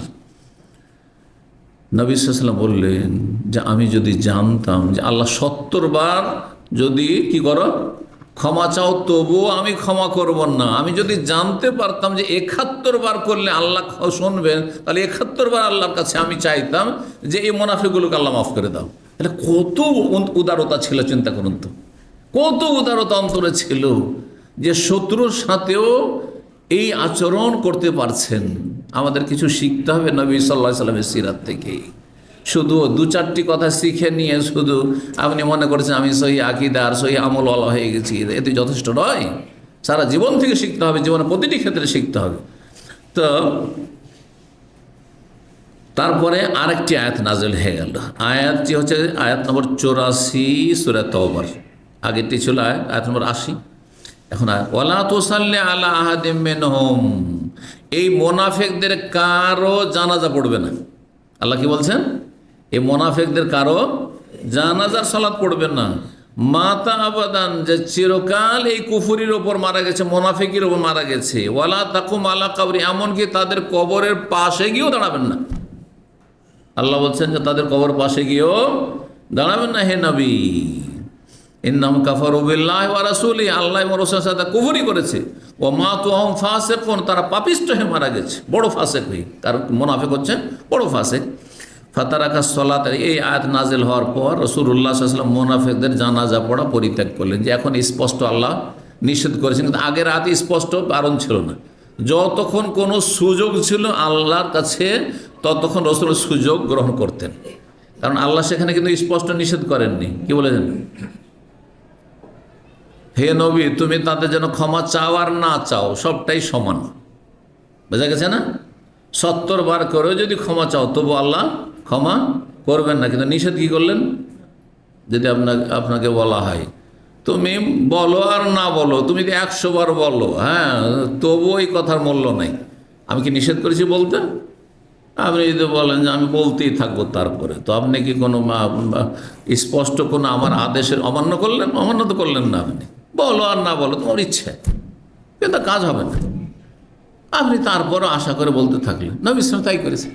কিন্তু যখন একবার নিষেধাজ্ঞা চলে আসলো, ওয়ালা তুসাল্লি আলা আহাদিন মিনহুম, কারো জানাজা পড়তে পারবে না কোনো এই কাফের মুনাফিকদের, তখন আর জানাজা পড়েন রাসূলুল্লাহ সাল্লাল্লাহু আলাইহি ওয়াসাল্লাম।